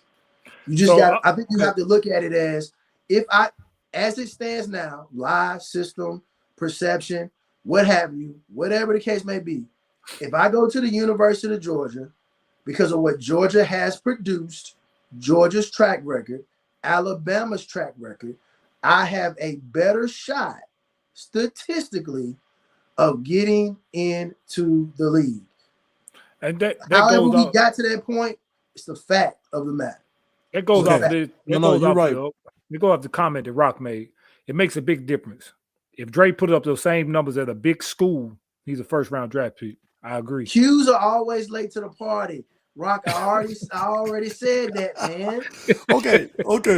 Take it easy on the audience now. Hold on. So look, here's what I'm saying. Like, you're right. I made that mistake, Chris. And I'm having way too many conversations at the same time. To bring this all back to a tight bow, let me shift it to ask another question to bring it back to Dion. Like, the ideal of how much is one person responsible for fixing something that's systemic and so deeply embedded that, like things like racism is built into the roads. The idea that Highway 65 is able to cut through some black neighborhoods and get, white families an easier opportunity to go from the suburbs to a job and back to the suburbs, and you zone the industrial complex right next to Black and brown communities. While on the other side of the railroad or the tracks, as they say, they don't have those same issues. So, like, how is Deion supposed to fix all of that? He said he was. I think Deion. Again, I think you have to support. You have to applaud his opportunity to go to a Power 5 school and coach, and do what he does up there. But I also think anytime you step foot into the world to try to create change, and you commit yourself to that, and Deion made it bigger than football. He did. I don't care what anybody says, he made it bigger than football. And once you commit to life-changing work like that, then unfortunately sometimes you're out front and the wind is very stiff. It's very stiff. I mean, when you're the leader, we talked about this 2 weeks ago, heavy is the head that wears a crown. The wind is always stiffer in the front. I think that Deion had that responsibility. He said it himself. The movement may have started with one man, but it's going to continue with a plan, right? And so Deion, I'm gonna catch Rock in a little bit. I got it. He put it out right when I was in my talk. Hey, for our wonderful audience who listens to this back on Apple iTunes, Amazon Music, or Spotify or the like, Dean, please read that comment for them. As Rock put in the comment, and for the record, the Qs aren't late to the party. We are the party. Oh, sorry. Am I allowed to do that? Oh, man. Hey, you better watch that. They're going to come out there and whoop your ass. I'm just barking. Look, they don't own that gun barking. And I wish a Q would. They sensitive about this stuff, boy. I wish a Q would. I didn't throw up the symbol.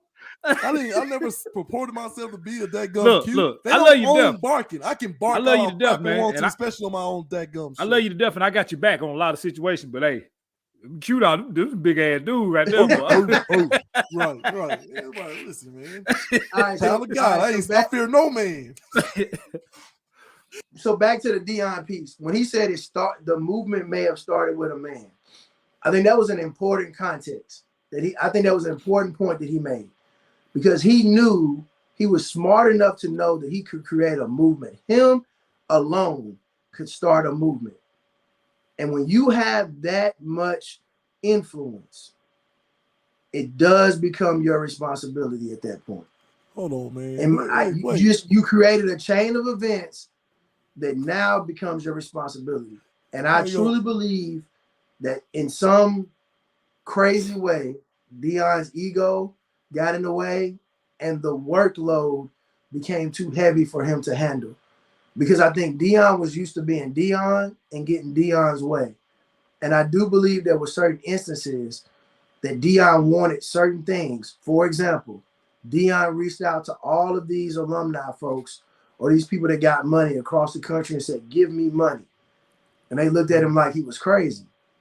And at the same time, he's like, I'm Deion, I'm Prime.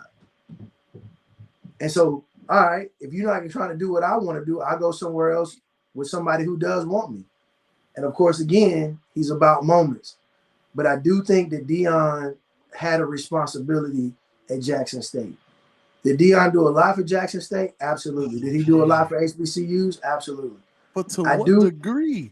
The most winningest coach in college history, I believe, is a black man at Grambling. Is that right? Yeah. Coach Eddie Robinson. Eddie Robinson. Okay. If he can't do it, time. No, I think you got to back up though. I think you got to put in context what Eddie Robinson did and at the time in which he did it. I think you got to put it in context. So Eddie Robinson did a significant amount at the time when he was at Grambling. And he did it in a time where he wouldn't have gotten a job otherwise. But he believed in what was necessary and what he had to do. I mean, I look at my grandfather and my father putting kids in the back of their trucks and taking them to practice, because that was what was necessary. That was what was required. And I'm not saying there are not other coaches out there who ever done that, but we talked about movements. We talked about Martin Luther King. We talked about the bus. We talked about the civil rights movement. We talked about Gandhi. We talked about all these people stepping up for movements, and Deion was in that. And quite honestly, these movements lasted a lot longer than what Deion put in motion. I think Deion wanted to sell everybody on the fact that I got it started. Now it's up to your responsibility to finish, because he knew individuals like us would have these similar conversations. Say, well, responsibility can't all fall on one man. The responsibility can't this, it can't do that, it can't this and this and this and this. But like we talked about the other day, you can only have one CEO. Hold on, Chris. Dean, first of all, Mark, Mr. Warfield, like, who are you finding right here? You said pay the man a few comments back. Hell, there ain't nothing but one person on the show to cuss all the damn time. It's me. Well, okay, pay the man. I want to get some clarification. But Chris, what is he talking about here? He talking about my dad, man. He talking about my dad run over. He said my dad run over his foot. And I think it was that time. Was that H&O Porter Stars, Rock? Which is interesting to think about this for a second. Oh my goodness. H&O Porter Stars, man, might have been one of the greatest assembled teams ever put together in Murray County, and we only played 1 year. Okay. Producer, get him out of here. Get him out of here. He is really selling this team, dadgummit. I need to ask Dean. Ask Dean, what is your idea with to what degree does Deion Sanders have to stay there, especially when, oh man, this gonna sound tough, but please, black people, stay with me. I feel like Martin Luther King got it half wrong. So did X. Elaborate. What you saying? Deion wasn't gonna get it right? Deion got it half wrong. I feel like, and I'm gonna try to quote. I'm trying my best to quote Martin Luther King towards. I think it was his last public interview before he was assassinated some months later. You never did ask me the question. Talking about, well, Dr. Martin Luther King Jr. is talking about how he's almost grieved by the civil rights movement because we felt like we really won. Like that was it. That was the end. I know, Jeremy Brown, bear with me. Right? And he says that what they achieved with civil rights did not cost the country anything. And if you look at it economically, it really didn't. Besides the beginnings of it, which they choked out the transportation system and they got some rights. But it didn't cost the whole country anything, right? It cost Alabama at the time. But eventually he was really working towards getting people to unionize, getting workers' wages and hours and all these different things that he said was going to cost the country billions.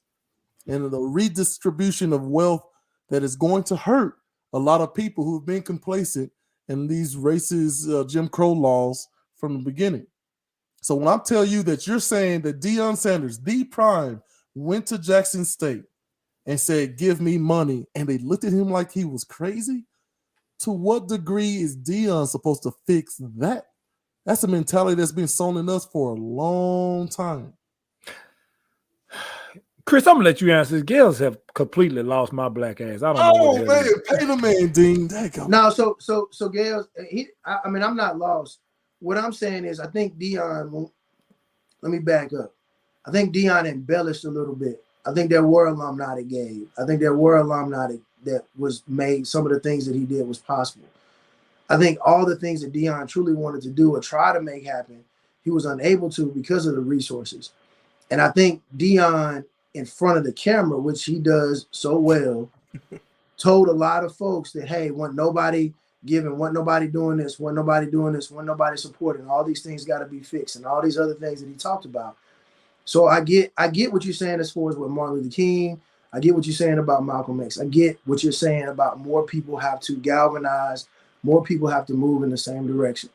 But W.E.B. Du Bois wrote this thing called the W.E.B. Du Bois Talented 10th Rule is what he talked about. So what he talks about is 10% of the group or the body in any group is the one that's going to carry the heavy load, that's going to do all the work, etc.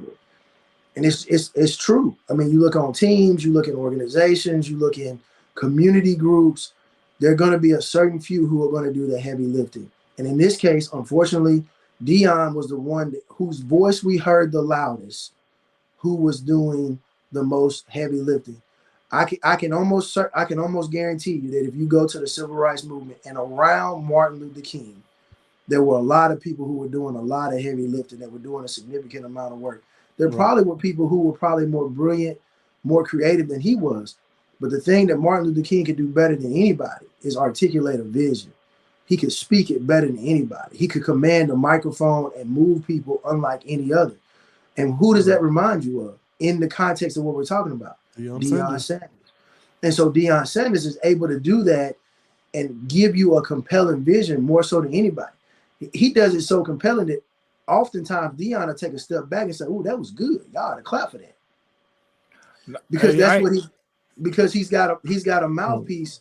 And so because of that, and the way that society works, the way that social media works, the way that all of these things work, you got to have somebody who was able to cast that level of vision and cast that energy to the masses. Deion would have had us believe, think about this, and then you can comment on this, that he had 20 5-star athletes at Jackson State. You would have just believed it based on his social media, based on the energy that he put out there. He created his own narrative. He was on the front of it. Like, you would have thought, like, man, it's no way Deion's losing the Celebration Bowl. Ain't no way. He had us believing that Jackson State could go up against any other Power 5 school in the country. Like, he made you believe that. Chris. No. Hang on. Hold on. We gotta fix that, because here's what they really don't do. All right, Well Off Media is a media company that's ran by his son, Deion Sanders Jr., I believe. And they were one of the first, they were pretty much at the forefront as giving people 100% all access pass, right? And here's my problem with, I hear about all of these reports that come from two separate, high profile TV appearances, but nobody's watching what's really going on, what's really being said in those locker rooms with those kids. He is constantly telling them, hey man, show up, show out. Hey man, I'm gonna bring a light here, but it's gonna give you a higher profile and it's gonna expose you. And he was talking to the university, he was talking to the government, he was talking to the city of Jackson, the boosters, everybody. And here's what I'm saying about Deion. I feel like Deion hasn't led anybody astray. I feel like there was a lot of willfully blind people who were hoping for the best without really watching what's actually happening. Because Deion Sanders has always said, I want to coach at Florida State University. He knew he didn't have a path there. Ultimately, I think that's what he actually says, did he not say, Dean, that if a Power 5 call you, will you entertain it? They first asked him about the NFL. He said, "Nah, I ain't coaching the NFL because I'm gonna get in a fight with these guys." What about Power 5? But you gotta say the whole line though, because the whole line is, if the mission is not complete and you get a call from a Power 5, yes, or the NFL, he said, "I'm not going to the NFL." He said why, but the key terminology in there, if the mission is not complete, right? And he even said, go ahead. You have to define what the mission was, because y'all are saying it like, oh, I'm going to make sure that all the talent comes back and we're going to be able to, compete with an Alabama. But did he not say that though? Did he not say that though? No. He said the mission was, we're going to win the SWAC championship. He said, we're going to sell out records. We're going to get game day there. He says, I'm going to get a guy in the NFL. I'm going to bring some talent in. Right? He says, we're going to get these facilities upgrade. Like, there's a whole, I'm going to try to pull up that article. There's a whole article about everything. Don't pull the article up. No, the article part is not the No, they go side by side, Chris. They go side by side with the interview, man. Yeah, and that's something I'm going to cut up and you got to go. later. But this is what I'm saying. Deion is very masterful in his articulation at any given point in time. You need to play the clip of the first press conference Deion had when he got to Jackson State, and subsequent press conferences after that. That's where the vision, the cast, the energy, what we're going to do for HBCUs, how we going to flip this thing on his head, how we going to take it to a whole nother level. And essentially, I'm going to put this cape on and save the day because I'm prime. There's nobody else. I'm prime. They asked Deion, why didn't they bring somebody as prolific as you, Deion, to Jackson State to keep the momentum going? He stops them immediately in their tracks. I'm prime. So what does that tell you? What Deion is saying is nobody can do what I did. And nobody after me or before me will ever do what I just currently did for the SWAC and for Jackson State University. But it's like saying he's a classic, right? But it doesn't mean that he can continue. They can't continue to bring kids to that school. They can't get donations. They can't get NIL deals. And what I'm saying to you about Deion, what I'm saying, here's what I'm saying. Here's what I'm saying. Let me ask you this, Gills. Do you think Jackson State is gonna get them same caliber players now that Deion gone? It's not gonna happen, bro. No, I'll say probably not. Yeah, it's not gonna happen. That's not the point. So if anybody looks at Deion in his totality, there's no way that you believe that he's there. He's gonna be there for. Even if they bring in the likes of Ed Reed, because that's who they right now. That's their top pick. He's gonna from what I'm hearing. And even though Ed Reed, Colorado, even though Ed Reed's got a big voice with young athletes, Ed Reed's not gonna be able to bring that same impact to Jackson State. You're not gonna be able to bring them same type. They gonna bring Ed Reed in for what? What Ed Reed? That's one of their top choices to bring in for head coach. No bullcrap. I seen. No, you talking about Jackson State already hired the head coach. Oh, they did. Well, they were looking at Ed Reed. No, they got TC. The dude has been there for 15 years. He's an alumni there. Okay. You know, that was Deion's successor. That's who Deion picked was TC. He wanted him to keep him there. I don't know. I have my thoughts about that. You can't have somebody that's gonna be able to compete with you in recruiting. You can't have somebody that's gonna do something similar as you in recruiting. I mean, you're going to Colorado. You can care all you want to about Jackson State and give it back, but you can't put somebody in there that's gonna make the same level of waves that you're gonna make. Because guess what? You're gonna lose those types of players. TC was already there. Yeah. Well, I was late on that, but still, TC not going to be able to bring. Even though you were there with Deion, you're not going to be able to bring in that type of talent. You're not going to be able to bring that type of fanfare. He ain't going to be able to bring none of that to Jackson State. No, man. He's not. So you're in two different camps. Either you believe that Deion is saying that his mission was to basically get Jackson State in every HBCU, right, on the level of Alabama, which I don't think is true from his actions or his words, but that's my opinion. Or you believe that the actual mission is what actually helps these kids, right? He talks about exposure. He got all of them like actual lessons on how to run their social media in order to get them proper exposure. And that's not just for football, because like you said, Chris, that's a very small percentage of people who actually make it to the league. But what you can do is make sure that, like, maybe you go be a YouTube star, a podcaster. Maybe you want to write, movies for, a company somewhere, Netflix or something. Maybe you want to, like, whatever. I was laughing at a comment that Jeremy Brown made. Back to the bottle. It's funny, but it's true. Well, you say it's true. Funny. Like, if you can confidently say that, I need to know what the lotto numbers are so we can go ahead and elevate this goes. Okay, so you mean to tell me, and nothing against Jackson State, because my great auntie graduated from there. She got a bachelor's and master's there today. R.I.P. to Aunt Virgin May. You can honestly sit up here and look me eye to eye on this camera and tell me Jackson State gonna go undefeated again in the regular season without prime? I don't know about undefeated. That's hard to do, period. Well, so they are 1 or 2 loss team from here on out. I mean, I'm hopeful. Like, if I'm being no. Listen, they are 1 or loss to the team without prime. Listen, I am hopeful especially with the players they got to stay there. I'm hopeful, but if I want the optimum, I want everybody to kind of be 500, because that means the talent is dispersed throughout the HBCU and there's more competition, which is gonna end up to be about 50-50 win-loss ratio. So what Deion said to that was, I'm bringing all of the best players. The top I'm bringing about 10 of them. He said he's bringing about 10 of them, and he's going to hit the portal hard and recruit hard. You know who those 10 are?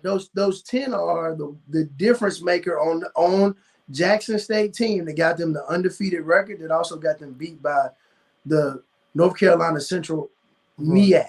Which is better. But he's also taking those same ones with him to Colorado State, and they all entering the portal. Well, but I'm saying that's his job. Yeah, I'm coming. That's his job. The showmanship. That's his job. But I get what you're saying. But to Sydney point, they're not going to replace those caliber of players at Jackson State. You don't have to. But what you do is you set a what? precedent. What do you mean?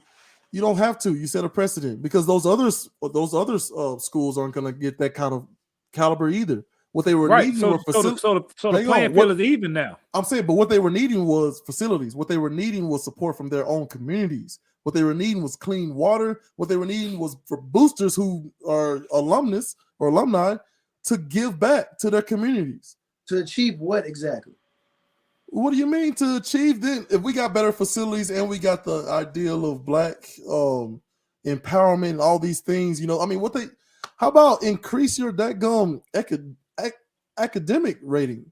Right, I think they're like 70 something in just that region alone. So just like how Deion took those 10 players with him, so does he take that level of impact with him as well.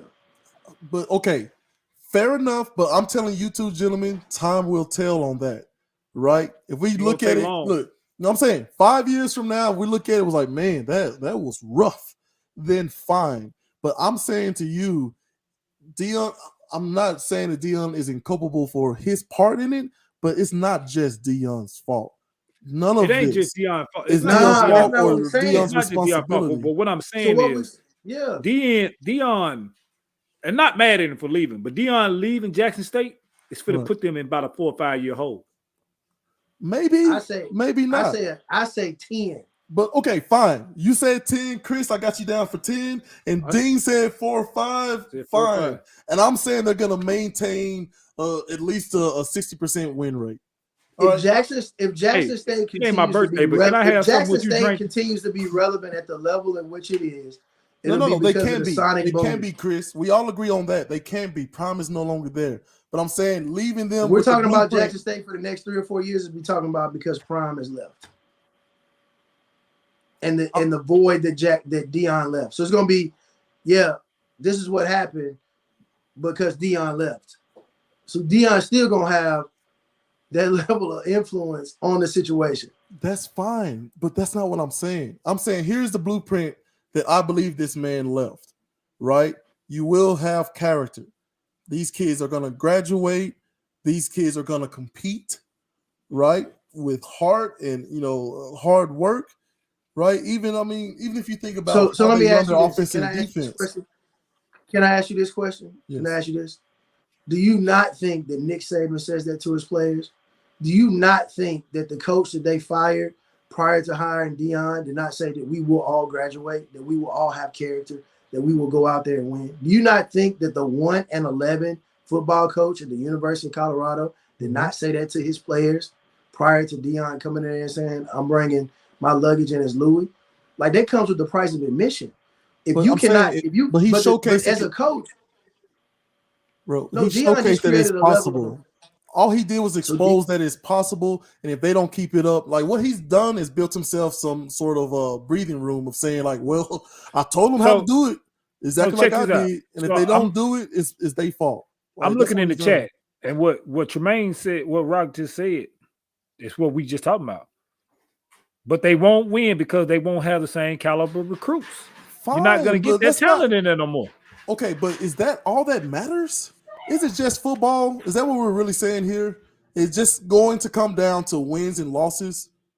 I'm asking. I'm honestly asking. So Deion. No, hold on, Chris. I want Dean. Hang on. I want Dean and Frapping unmute himself and answer this dadgum question. Is it just come down to wins and losses? That's what football's about. No, that's what it's about. Not if he's saying it's bigger than football. He said it's bigger than football, but did he really mean that it was bigger than football? You can say one thing and your mentality is the other. So for the it happens all the time. So for the first time, now that Deion is exiting, has Deion defined what bigger than football meant? Deion also said, if you go back to the early previous interviews, all Deion talked about was, I'm a winner. I win. That's what I do. Look at wherever I've went. All I've done is win. So Deion defined that once they lost the Celebration Bowl. You know why he had to define it? Whoa. It's because what did he define winning as? He says, he's talked about winning was bigger than football. He talked about winning in the classroom, winning with character, making sure these kids are doing what they're supposed to do, and you come back and see me 10 years from now. So he had to put that winning in context because he lost. Deion lost in the win-loss column. No, but now, come on, man. Listen, let me get. Wait. Hang on. Just let me address that one part. Literally, when he is famous for, right, is coming out with the Jerry Carroll, getting out the limousine, running a fire 40, getting back in the limousine, leaving. Right? I mean, he talked about winning. I mean, it must be the money. I've won contracts, not only for me, but for everybody else who comes after me. Now has to get paid a certain amount. I win because my wife is beautiful. My kids are great, and I know the Lord. Like, he's been saying that for a long time. He had a daggone TV reality show where he's talking about, man, I'm a winner. I'm always a winner. Like, am I winning everything? I win in that Monopoly, and I win in, like, because I got the best food around here. Like, people respect. Like, he's always talked about more than just football on the field. But in the context of what he was putting it in was not. I mean, it was around the context of football and winning. No, I know, but you're saying that he used that as an excuse for losing, like, oh, because he lost that game, he's talking about, well, it's more than football. All of a sudden, and I'm just simply pointing out. He ain't saying that. He's always said that if he win. He's not saying that if he win a Celebration Bowl, he's not saying that. But I'm saying he got a point on that comment. Were you happy losing? Ooh, I like this. He said, oh, sorry, for the people who just hear me, right? Mark is saying, you played at Vandy. Were you happy losing? He said, seriously, no one wants to lose. And I'm trying to really think about that. Like, some of my friends that I've kept in contact with Vandy and the network that they've accumulated over the time, while they were losing in football, they are absolutely winning in life. Most of these guys are married, have great jobs that are doing meaningful work and getting well compensated for it. Like, for me, this is what I'm saying. This type of exposure, I just think we're not operating under the same guise of what. No, but all right. So let's go there for a second. And no, I wasn't happy losing that gun football games, but the people I got to meet and spend time with, I was ecstatic about. Thanks, Mark. So listen. So athletics is the greatest incubator of life. Like, you glean so much, in my opinion, in school and college. Sports is the greatest incubator of life. You can glean so much from that as an individual that you could later go on and use in your regular everyday life. What you got from Vandy was you got from playing where you played, I got from where I played at. So we were able to glean certain things from playing sports. But when you're playing the game, if you're a competitor, you didn't get there from being a loser. You got there from being a competitive winner, which also translates into what you do every day. It translates to what you do on your job, what you do in life, what you do with your family. It's a direct reflection of how you prepared yourself in life when the time came to do real life. And so for Deion and his way of thinking and his thought process, he had to put that in context. He had to say, because he lost in that MEAC game, in the Celebration Bowl, he had to put that in context because he never put that in context before. He only put it in context in his exit. To my understanding, based on me following Deion, trying to prepare for the show, and all the stuff that I've been looking at. Let me ask you this: How much Well Off Media did you watch? I watched everything that was on. I try to catch the whole clips and stuff. I don't play the little snippets. I don't play the little sound bites. No, but I'm saying from the YouTube channel Well Off Media, how much of that did you look at? No, I didn't really watch the Well Off Media. And I'm telling you, that was every single day. That was just about every day, right? Even the idea of like, oh, he just left the what do you call it, the championship, right? He left the championship game after that he actually won, right? The SWAC championship, and he got on the bus and took off, right? But then you go switch over to Well Off Media, where they actually benefit from the eyeballs because he knew the spot was hot. That's where he made his announcement to his team about leaving and the details of all that and what that meant. And he told them like he did day one. Listen, I need y'all to not just jump in the portal and jump ship, and here's why.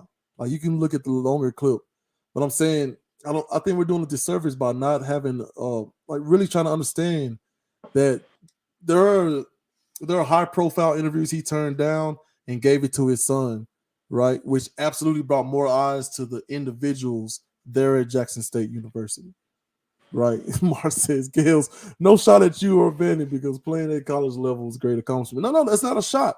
But here's my thing. Chris, Mark, everybody who's listening, maybe it's time for us black folks to really start changing the definitions and start redefining what it is to win, right? Maybe you're better prepared, Jackson State, and the community around him, if you understand how Dion actually works. Maybe that means we have a lack of education on how the con man works. Because that's essentially what I was saying. They were sold the con. But I think we're talking about two totally different things. We're talking about the winning aspect of defining what winning looks like in life versus what winning looks like on the competition, like in actual playing a sport. But why can't those things? I mean, those things are often interchangeable. No, absolutely not. No, they're different because, again, as you know, Chris, you do too. We know people that play sports all their life, whether it be high school to college, that didn't have a good winning record on the field, but they're doing great in life. So just because you losing, like, of course, we all want to win. Let me make it clear. We want to win in whatever you play. Right. But just because you go down and have a losing record on that field, that court, that baseball diamond, don't mean that's going to translation to you losing in life. I know a lot of people who didn't play on a winning team, but they winning in life. Well, listen, Chris, can we just agree on some sort of Venn diagram then? Like winning in life versus winning on the football field and how they kind of intercede with each other? Like, because in my mind, there is only one win. And listen, I go all the way up to the level of religion, right? There is winning. There's one way to win for me, right? And that is getting myself and as many people as possible into heaven. That's it. Now, everything else you can use as lessons and life experience and platforms and whatever to make that a reality. But I'm just saying, like, I don't look at it like, yes, you want to win in football, you want to have that win, but I'm just saying I don't divorce those two ideologies apart from each other. But I think you have to. I don't think you separate them, but I think you still have to compartmentalize them, because in competitively, just like this show right here, right? Y'all are competitors. Mm-hmm. You said you're trying to pitch Disney, right? All right. So you can't come with any kind of show. Dean can't be like, I'm not saying nothing today. I'm just along for the ride. I'm just here for the experience. I'm just here to win, right? I'm winning because I'm on the Gales and Dean show. No, you got to bring it every single time. You got to bring it 100. You got to have characters. You got to do all of these things that you've done to put on the best show possible. You're competing at the highest level. You know why? Because there's somebody else with a podcast who's doing the exact same thing that you're doing, who's also pitching Disney. And how dare you sit up and tell Disney, guess what? We just here, we enjoying the ride, man. It's a winning. We won because of part of the experience. Hold on. First of all, nobody is doing what Let's Talk with Gales and Dean are doing. First of all. But I'm just saying. I agree with you. I see what you're saying. I see what you're saying, Chris. Listen, think about this for a second. Disney has a $5 million contract on the line. $5 million they're gonna offer y'all, and y'all lose. Like that. Hey, that's a good start, fool. Listen, and y'all lose over some sort of technicality, right? To another podcast that you feel like you better than, and you lose out on that $1 million. Do you think the ride home with the two of you all in the vehicle is gonna be about, hey man, keep your head up, we still won? In the words of Mike Tomlin, there are no moral victories. Period. Which is an absolute, like, come on, man. They ain't no daggum more. Okay, check this out. One of the worthless commenters. No. Cause here's what I'm saying. Here's how that ride will go. Like, we all know. Wait, hang on, Dean. I know how Dean is gonna handle it, but here's what I'm saying. Wow, I can't believe they even considered us. So one, what made them even consider us, and what made them consider the other podcast over? I always that gum win, Chris. If you're looking at it, if you're looking at it only from, hang on, if you're only looking at it as how can I continue to grow and get better, then yeah, I'm not disagreeing with that. But what I'm saying is, in that moment, you all lost that opportunity. It's just exactly what happened. In that moment, you lost the opportunity, and it's not gonna feel good, especially if you could have done one or two things differently. Are you going to go back and learn from it? Because the competitor in you is going to do this. You're going to go back and learn from it so that you can win. You're not going to not reapproach the situation again and go back out of it. How dare you, Brown? I swear. Listen, because, Chris, like, I have not listen to what Black is saying. Hold on. I'm gonna dude. I'm gonna try to quote this. Like, this is in response to Chris, man. The idea of old Tommy Edison. I have not failed. I've just found 10,000 ways that don't work. Your comment, Dean. All right. To the more victory shit. There's no more victory. And this go all the way down to my 8U football team that I coach. Bro, we lost in the championship game. Again this year. We lost to the Wild Boys 2 years in a row. There's no more victory to be like, well, they got us again, guys. I guess we come back to try harder next year. No. They got our number right now. It ain't no damn more victory. We number 2. They number 1. There's no what is the more victory being number 2? We want to beat them. I'm sick of them beating us. So I'm not gonna have a bunch of 8-year-olds running around thinking it's okay to lose, because it's not okay to lose. We got to fix it right to get out there to beat them next year. There's no more victories in sports. I want to change that narrative, though. Like, fine. Don't even call it. We're not playing for a participation trophy. No, I don't like that. I don't agree with that. I don't Why agree not? with that. You're right. So, okay, I'm saying you're right. You shouldn't be. Hang on, D. Hang on. I've let you talk all damn night long. You gotta let me talk. Get out of here. Listen, producer, get him off. Okay. Here's what I'm saying. Your auntie, Chris, and I have both been throwing stuff at you. Like, relax, D. Relax. I'm saying you're right. I don't want to. The only reason that I cut you off right there is because I'm saying I agree with you. You were saying that I was disagreeing with you. I agree with you, Dean. You're right about moral victory. You're right about the tag gun participation trophies.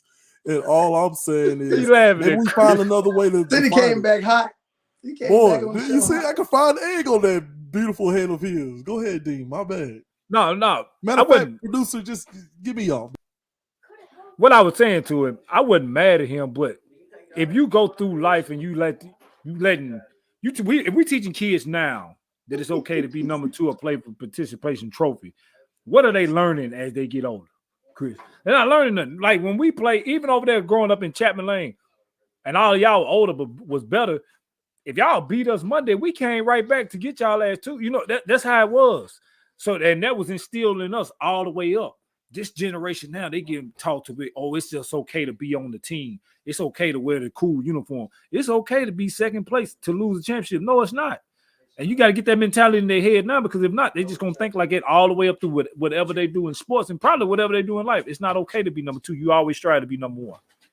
And I think, too, when we talk about, like, winning, like the mentality of winning, I think it is something that drives you, you know, to be the best in whatever it is of the capacity that you're in. So if it's on your job, whether you're a lawyer, you drive 18-wheelers or whatever the case may be, you're driven to be the very best that you can possibly be so that you can do the very best for your family or whoever else that you're doing it for. Like, how would you approach something with a mediocre mentality of just kind of fly by night or fly by wind?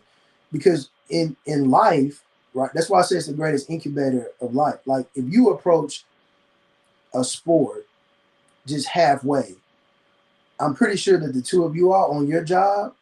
If you approach it halfway without like a mentality to truly get the job done, you're probably not going to be at that job much longer. Like, I mean, or you're not going to have a level of advancement.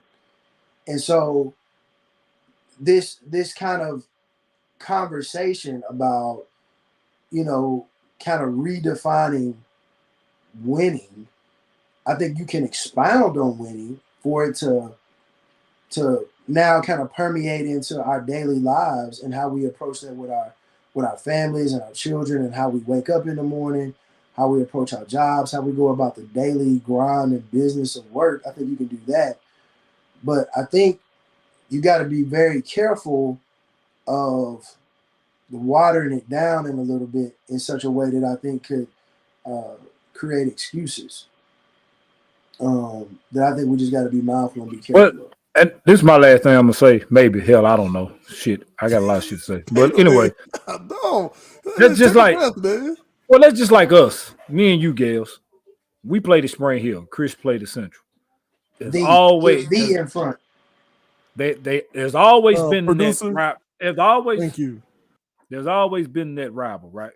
Always. Me and you can say we was the first team and only team in football to beat Columbia Central. That goes a long way. Bro, I'm approaching 38 years old next Monday. And that still sits with me to this day. That I can say I was on the one team and the only team to beat Columbia in football. So if we had to win all 4 years to losing them, we'd have been always second fiddle to them in that. At least I can say for that one time we got them. And then we turned around and did it. We were the first team to do it in basketball. We have that. So if we were just settling for them beating us every year, then we'd have been okay not to ever beat them in our high school career. But since we did it, like I said, you 37 and I'm going on 38. That sticks with us all the way from 18 to now. So that's what I'm talking about. That we don't want to play for second ever. You always want to play for first. Lord have mercy. Tremaine, you didn't do nothing when you was there. Oh, shot fired. Hang on, man. Let's respect people and their careers, Dean. Come on, don't take that back. Nah, Tremaine, my boy, man. Okay. We okay. Yeah. Coach Bull, I'm still waiting for you to come on here, but one day. Okay. I made a mistake. I love what Chris said. Like, let's expand the ideology of winning, right?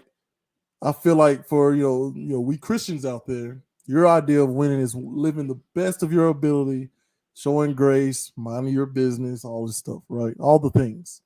Love God and love our neighbor, all the things, right? So this is a pretty clear definition of what winning is. That means in anything, win, lose, or draw, good, bad, or ugly, come rain, sleet, shine, or snow. But I think you as a coach, Dean, and Chris, I don't know, have you coached? Yeah, I'm coaching. The coach. So all three of us have coached on various different levels here. And when I say, like, yeah, you don't want them happy with being number 2. You don't want them complicit in losing. And you want them to understand the positive sides of that too. It's that yin-yang thing, right? The idea of that Tau symbol is that the black side has a little white dot. The white side has a little black dot. That's order and chaos. That means no matter how good things are, there's always a chance for chaos. No matter how bad things are, there's always a chance for order. And I need people to understand that how we talk to our kids is we have to start talking like that. Man, ain't no way we're going to let this happen next year. Let's look at now why we fell short and what we can actually accomplish in order to make sure this doesn't happen next year. But man, you used to bite on this play and now that won't ever happen again. That's a win for you, bro. Right? How do we balance that? How do we toe that line of now I think positive and negative? So now you're trying. Now the discussion is more on delivery. So what is my delivery when I'm talking to whatever my audience is? If I'm trying to move the needle or trying to inspire or motivate, and that's just different within each. That's a difference of kind of perspective in each household on how I deliver. And it also depends on your children. You know your children better than anybody else. So if you can push this kid's button different than this kid's button, and how you try to get certain things to happen. But I think that's all about delivery. I think it's but I think if the underlying theme and message is the same about how we approach life, how we approach getting up every day, how we approach our jobs, our profession. When you talk about Christ-centered believers of faith, and you talk about winning souls to Christ, and how we approach that winning mentality, and how we approach that attitude of winning and seeing souls, kind of delivered to Christ. So I think we have to kind of put all of that in perspective and context, because I do think that sports is the greatest incubator of life. I'm sold on that. I'm kind of stuck on it because there are a lot of things that I was not, when I got into the profession that I got into initially, I didn't have a point of reference, meaning I had not done that job like that at that particular place before. But my point of reference that I continued to go back to was just my athletic career. and moments of having to play alongside people that you may not have liked, or having to deal with a decision that a coach made that you didn't necessarily like, or having to struggle, and how did you fight out of the struggle, and having to be put in moments that mattered. Like, if you don't get it done right here, this is what the result is going to be. Meaning, if you translate that, if I don't get up and go to work, I'm not bringing money into the house, and my kids don't eat. My wife don't eat. The mortgage isn't paid. These things aren't played. And so giving maximum effort, giving 100% effort in all that I do to try to create as many opportunities possible for my family. And that's just a winning mentality. That's a winning attitude in how we approach things. And I will say that Deion's comments, his now comments, alluded to that. And I think he is pushing and challenging HBCUs to kind of step up to the plate, to kind of now have this winning mentality versus this woe is me mentality, which is like, well, this is always how it's been. This is just the climate of HBCUs. This is just the way that it in a lot of ways has to be, or is supposed to be. And I do think Deion was a disruptor and came in and says, absolutely not. This is unacceptable. It's unacceptable that a high school that my kids went to, that I was a part of and coached, is in far better shape and condition than a college and university. That is insane. And I think that Deion did bring voice to that. He brought voice to that. He brought energy to that. I just don't think he did it long enough to create long-lasting change. Here's what I'm saying. I think there's a group of people who believe that Deion was there, like you said, to change everything and uplift everything. But like, I feel like those people just were not paying attention to what he was actually saying, and then what his actual actions were, especially through well-off media. Man, that's where all of that was happening. Man, Deion, like he said, he was on a journey, right? He's on a journey. Paco's in the comments. He says, Gales, me and my children are the tools of chaos that are coming to visit and disrupt your life. Yeah, I just heard a room of chaos in the background somewhere. Come, my minions. This guy, the captain, shout out to the captain, Highway 65. Make sure you get with Chris and Dean about how you want to work the media aspect of this game. But I feel like when Deion's saying God has called me, and like, look at my NFL career, he called me to so many different places, even though I was good enough to stay at one place and get paid max every single time. But for whatever reason, he felt called to these different teams. And he got in locker rooms with different people, got in cities with different people. Like, all that's part of his personal journey. This is what he's saying. Like, who's to say that his journey isn't to get to the very precipice, right, of that sport in his position and what he does well at. And he uses that to not only call out the discrepancies between so many minority, black and brown people play this sport and get so many people paid off of this sport, but the coaches and the executives are not represented in that. I think you got to be very careful when your journey impacts so many other people. So my journey in the NFL only impacts me, my contract, where I play. It's an individual decision. It's an individual move. I think in this case, Deion's decisions impacted so many different people, and I think his decision to go to Jackson State impacts Jackson State, and his decision to leave impacts Jackson State. And I think that Deion and everybody else who are part of it has to understand that there is a void, a gap, an ocean that is left because of his decision to go as well as to stay. It just puts it in a place. I think Sydney said 4 years behind. I think it sets HBCUs back humbly. I think sets it back 10 years or greater. Deion even mentioned some of the sponsorship, some of the level of support came with me and will leave with me.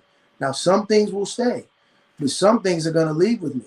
And what does that tell you? There's a lot of money that came to Jackson State that's now going with Deion to Colorado to benefit Deion's efforts, because they are following Deion and not following Jackson State.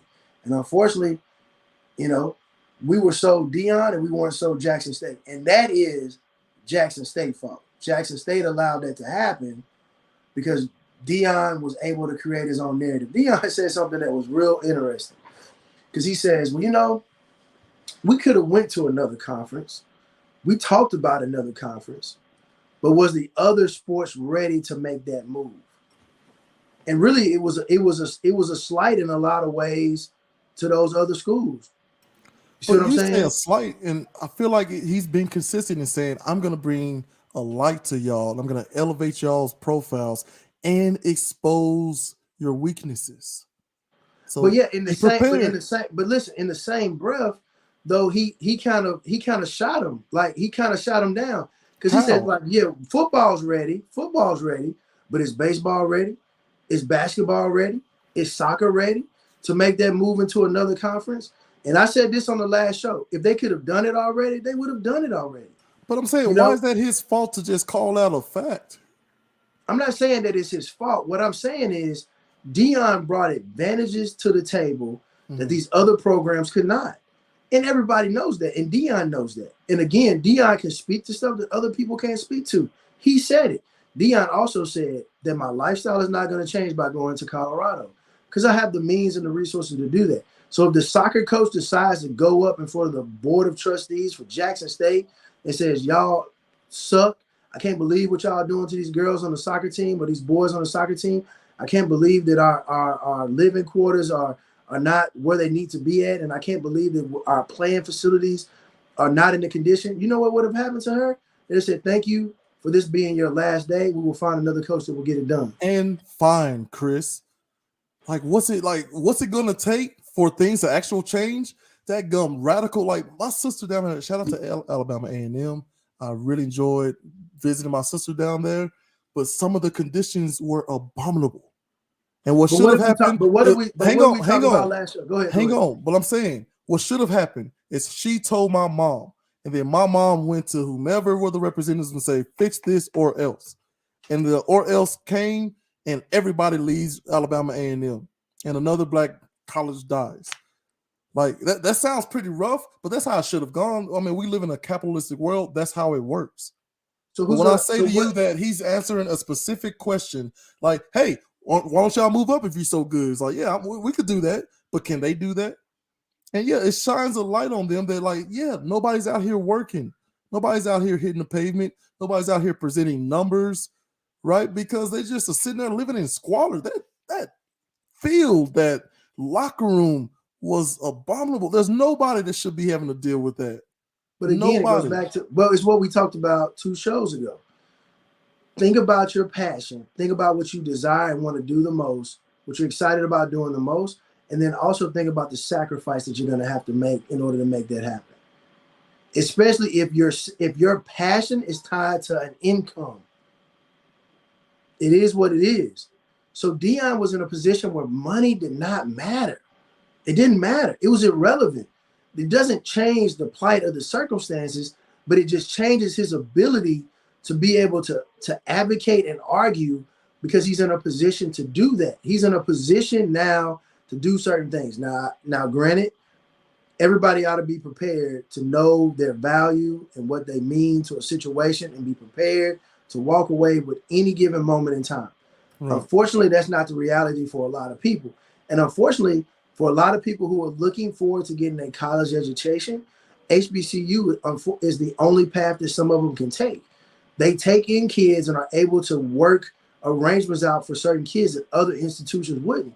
So yes, unfortunately, I am stuck living in a deplorable condition because I have nowhere else to go, because I'm going to be the only person in my family to graduate. So yes, if there is mold growing in here, although I'm inhaling it, it is not what it needs to be at. I have no other institution to go to.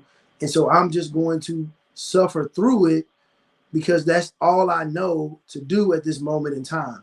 I've written letters, I've talked to multiple people, and it still hasn't changed, because my voice, my platform, my influence is not loud enough to create that level of change. However, there was an individual who was, and his name was Deion Sanders.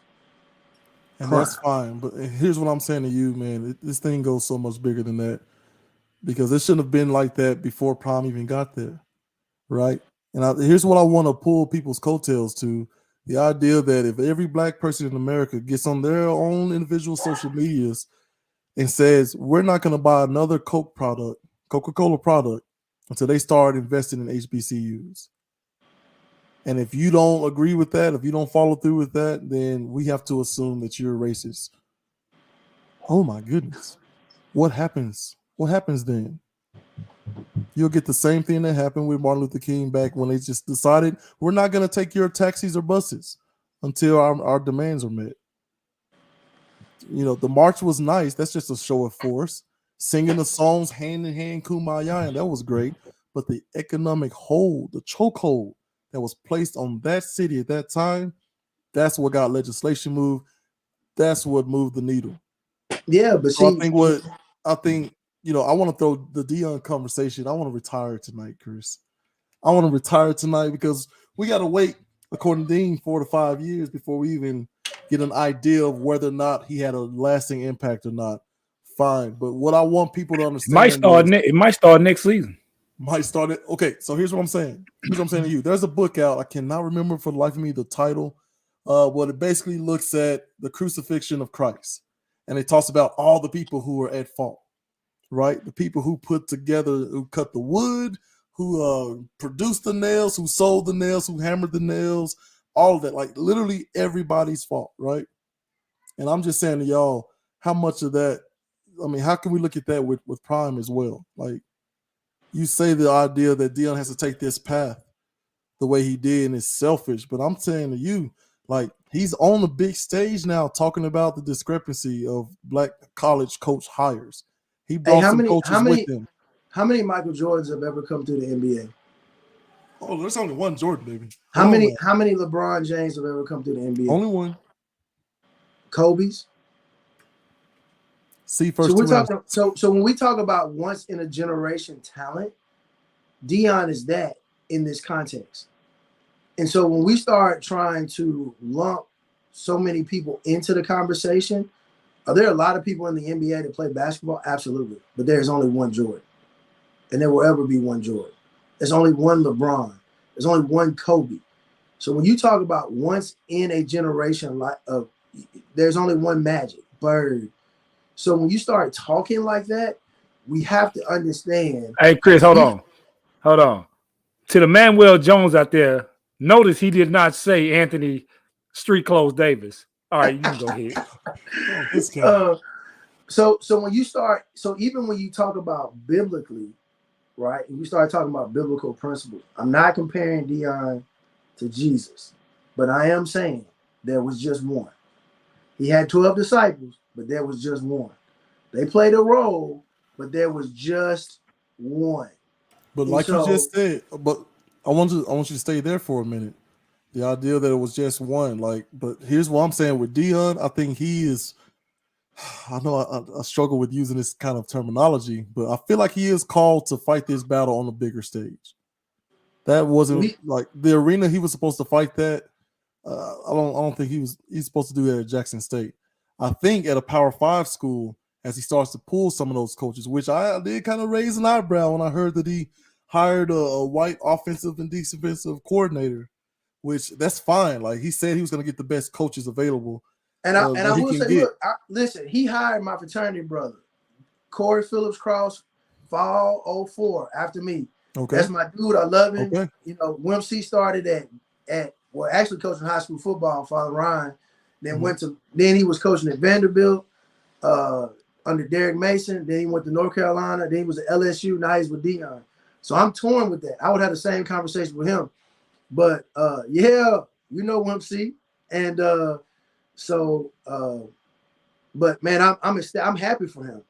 I mean, Dion is giving him a chance on a big stage. He's already been on a big stage, LSU.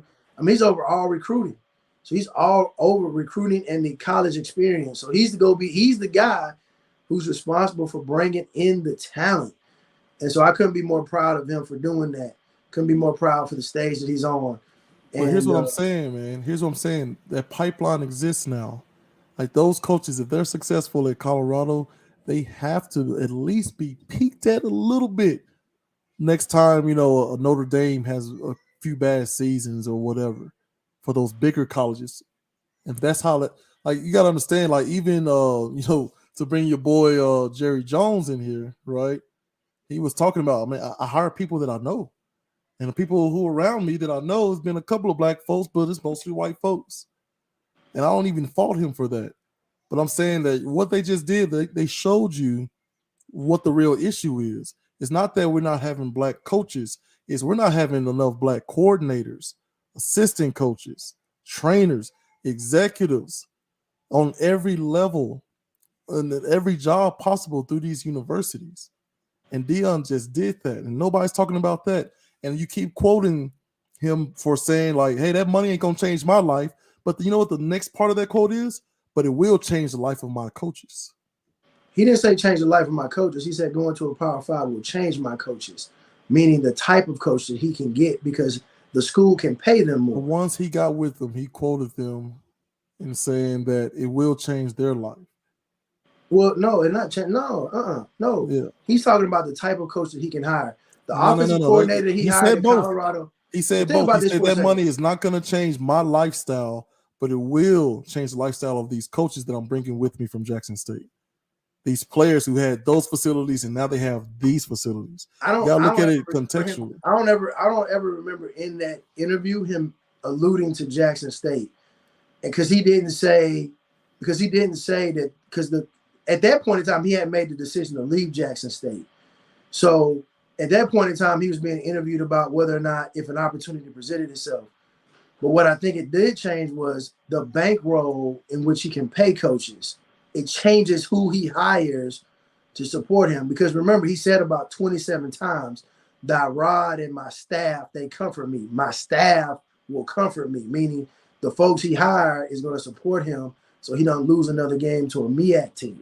So, like, that's what he's referencing when he's talking about that point of reference that he's making. So, his offensive coordinator, he couldn't got that same offensive coordinator at Jackson State because he couldn't have paid him. He couldn't have got Corey Phillips overall as recruiting because he couldn't have paid him. He couldn't have got the folks that he's got on staff because he couldn't pay him what he would like to pay him. So the people that he got them because that was the coaching staff. That was the ceiling of coaches he could get based on what they could offer and pay. That's what he's referencing. About two parts of different interviews. That's fine. Look, I should have been prepared with that. I was ready. Funny you mentioned over there, the associate athletic director is a classmate of ours, the Columbia Central High School.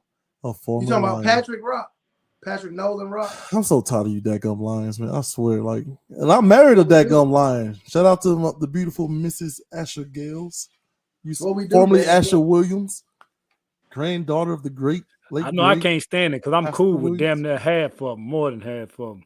That's because we all grew up together.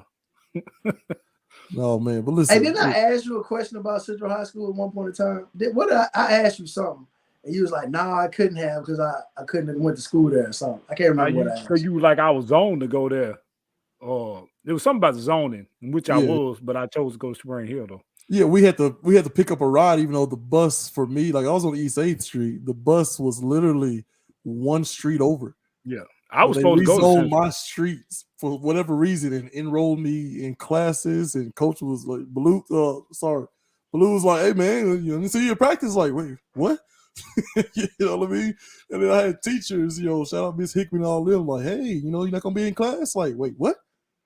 So my mom tried to petition, like, the boy can literally walk across an alley and get on the bus to Spring Hill. And they were like, nope, he's on for Central. And so literally I had to find a ride to Spring Hill. Yeah. Some crazy stuff. Can you imagine that gum Dean and never did. Look, and for that reason right there, me and Tremaine, I didn't want to play with Tremaine. I wanted to play against Tremaine because we always had little rivals since we were kids. So that's the respect that I have for them dudes, that I wanted to beat them. Yeah. I felt if you and Sadiq had to went over there and joined them, what competition would it have to be in anyway? And I tell it to Black and Tame all the time. So what little talent we had at Spring Hill, I didn't want to take. I ain't saying it in a bad way. It's just the areas, man. Like we had talent at Spring Hill, but Central was the bigger school, so y'all had more. But if you take what talent we did have at Spring Hill and we go over there and join y'all, what game would they have gave y'all? You know what I mean? It wouldn't have ever been there. First of all, I'd have been a lot meaner And well, I just wanted to beat them. Florida State I myself. always wanted to beat them. This go all the way back to Pop One of Days and everything. So that was the way to do it. Nothing against them. I still like we all still cool to this day, but hey, I just wanted to beat them. Oh, shit, man. You took it the wrong way to how I said it, He's Rock. so ridiculous. I understood it the same way Rock said. I knew you would, Chris. Get him off here, producer. That gummit. So tired of these daggum Central Lions, man. The takeover is weird. Where are my SHHS people out there, man? It's ridiculous. That's all right, look, hey, it's all for the fun of it, man. It's all respect. No competition. All I remember is the blowouts. Hey, Black ever tell y'all when I dunked on his ass in AAU press? Hey, the man. Come on, team. You remember that, Gale? That's why you laughing, because you remember. He ain't gonna let Chris. He ain't gonna tell that though. No comment. He was a teammate at the time. I don't do that to teammates. I don't care. I'll leave that to you. I'll leave that to you. Well, look, man, Chris. Real quick thoughts before we let you get out of here. Thank you so much for dealing with this crazy, silly show. Real quick, your thoughts on Brittany Griner before we let you get up out of here. I mean, anytime you get back home to your family, I mean, I think it's a plus. You got to celebrate that she's able to get back home. She's away from a Russian camp. Honestly, I haven't really got into it too much because I think there's still a lot of unknowns, especially with the whole trade-off that we're still trying to process and factor. So I'm glad she's back home. I mean, really, I don't have much other to say about that. I think it's just good that she's back home. She's able to be back with her family. She's not able to be in Russia, dealing with all that she was dealing with and can kind of get back onto her life. So for that particular piece, I am happy. But there's still a lot of unknowns, a lot of things I haven't unpackaged and really done enough research on it to even comment on. Yeah, the ideal of facing a 9-year sentence, I believe, for having cannabis oil in her vape oil, reciprocal or whatever. So over there, it carries a sentence of, I guess, up to 9 years or whatever. But of course, it was a big political ploy because of war and all that stuff was happening. But they had a prisoner exchange, which I wish I could have that video. Next time I'm gonna try to pull that video up. Like literally, these guys pulling up and swapping like they, like in the movies. Right, we'll meet somewhere that's neutral territory, and we literally swap prisoners. That blew my mind. Didn't they make a movie about that dude? Oh, I don't know. I think it was. I think World of War. I think it was. What's his face? Nicolas Cage. Cage. Yeah. The Merchant of Death. Merchant of Death. Yeah. And we got like a guy. I guess he was supposed to be a spy who was a former Marine or something or other. I don't know, but yeah, I like the fact that she's home. I like the fact that we didn't even know the other guy's name if it wasn't for her getting the light shine on her. That just tells you, like you said, that cross-section of sports and that incubator that sports is, it literally showed a light on someone that nobody even thought about before Brittany Griner. So maybe we need to start doing more stuff like that, man. Putting pressure. But Chris, thank you so much for joining us. We'll let you get on up out of here. Hey, Chris. Appreciate it, big dog. Yeah, appreciate you. That goes Central Line, man. They coming. So, Mr. Dean. Yeah, bye. We did a special episode a little longer than usual because my boy decided, hey, I ain't got to work tomorrow. Let's go. So I'm going to end with this. Why don't pirates take a bath before they walk the plank? Because they finna die. Because they just wash up on shore. Man, you crazy as hell, bro. That dude crazy as hell. He get me with this all the time. But he really lost me with that. But anyway, man, look, I appreciate everybody who tuned into the show tonight. Another big thank you to Chris for coming on here spitting facts. I mean, Chris was nailing it left and right. For everything we said or everything Gail said, he had a comeback for it. And that made for a great show. I would just sit back, really just learn and listen, man. Took my shots when I did, but that's what we wanted. That's what we needed. And I thank you for that, Chris. We'll have more details to you guys about the alumni game. This is the last one for most of us older guys, so it's going to be a good one. We're going to be live broadcasting. Hopefully, Gail will be able to make it. It's gonna be epic. Let's get the whole town out and support it. But outside of that, support the high school game that night. Holiday is coming up. I think we about 5 or 6 days away from Christmas. I hope everybody have a Merry Christmas. Celebrate it to the fullest, man. Hope you get what you want. Even if you don't get what you want, know the true meaning of Christmas. It ain't all just about gifts. Eat up all the sweets that you can. And I know a lot of you New Year Revolution will be like, I'm gonna go get to the gym and lose this weight, which they probably won't happen. But anyway, that's everybody's resolution. But the interaction that we had in the chats tonight, man, I can't thank y'all enough, man. That was great. Keep doing it. We will run a show next week on my actual birthday, so that's gonna be real fun. Come on in there and take all the birthday roast at me that you want. We like it. Hit that like button, send them stars, follow the show, get the word out. Come back. Once again, everybody have a Merry Christmas. Peace and love. We out.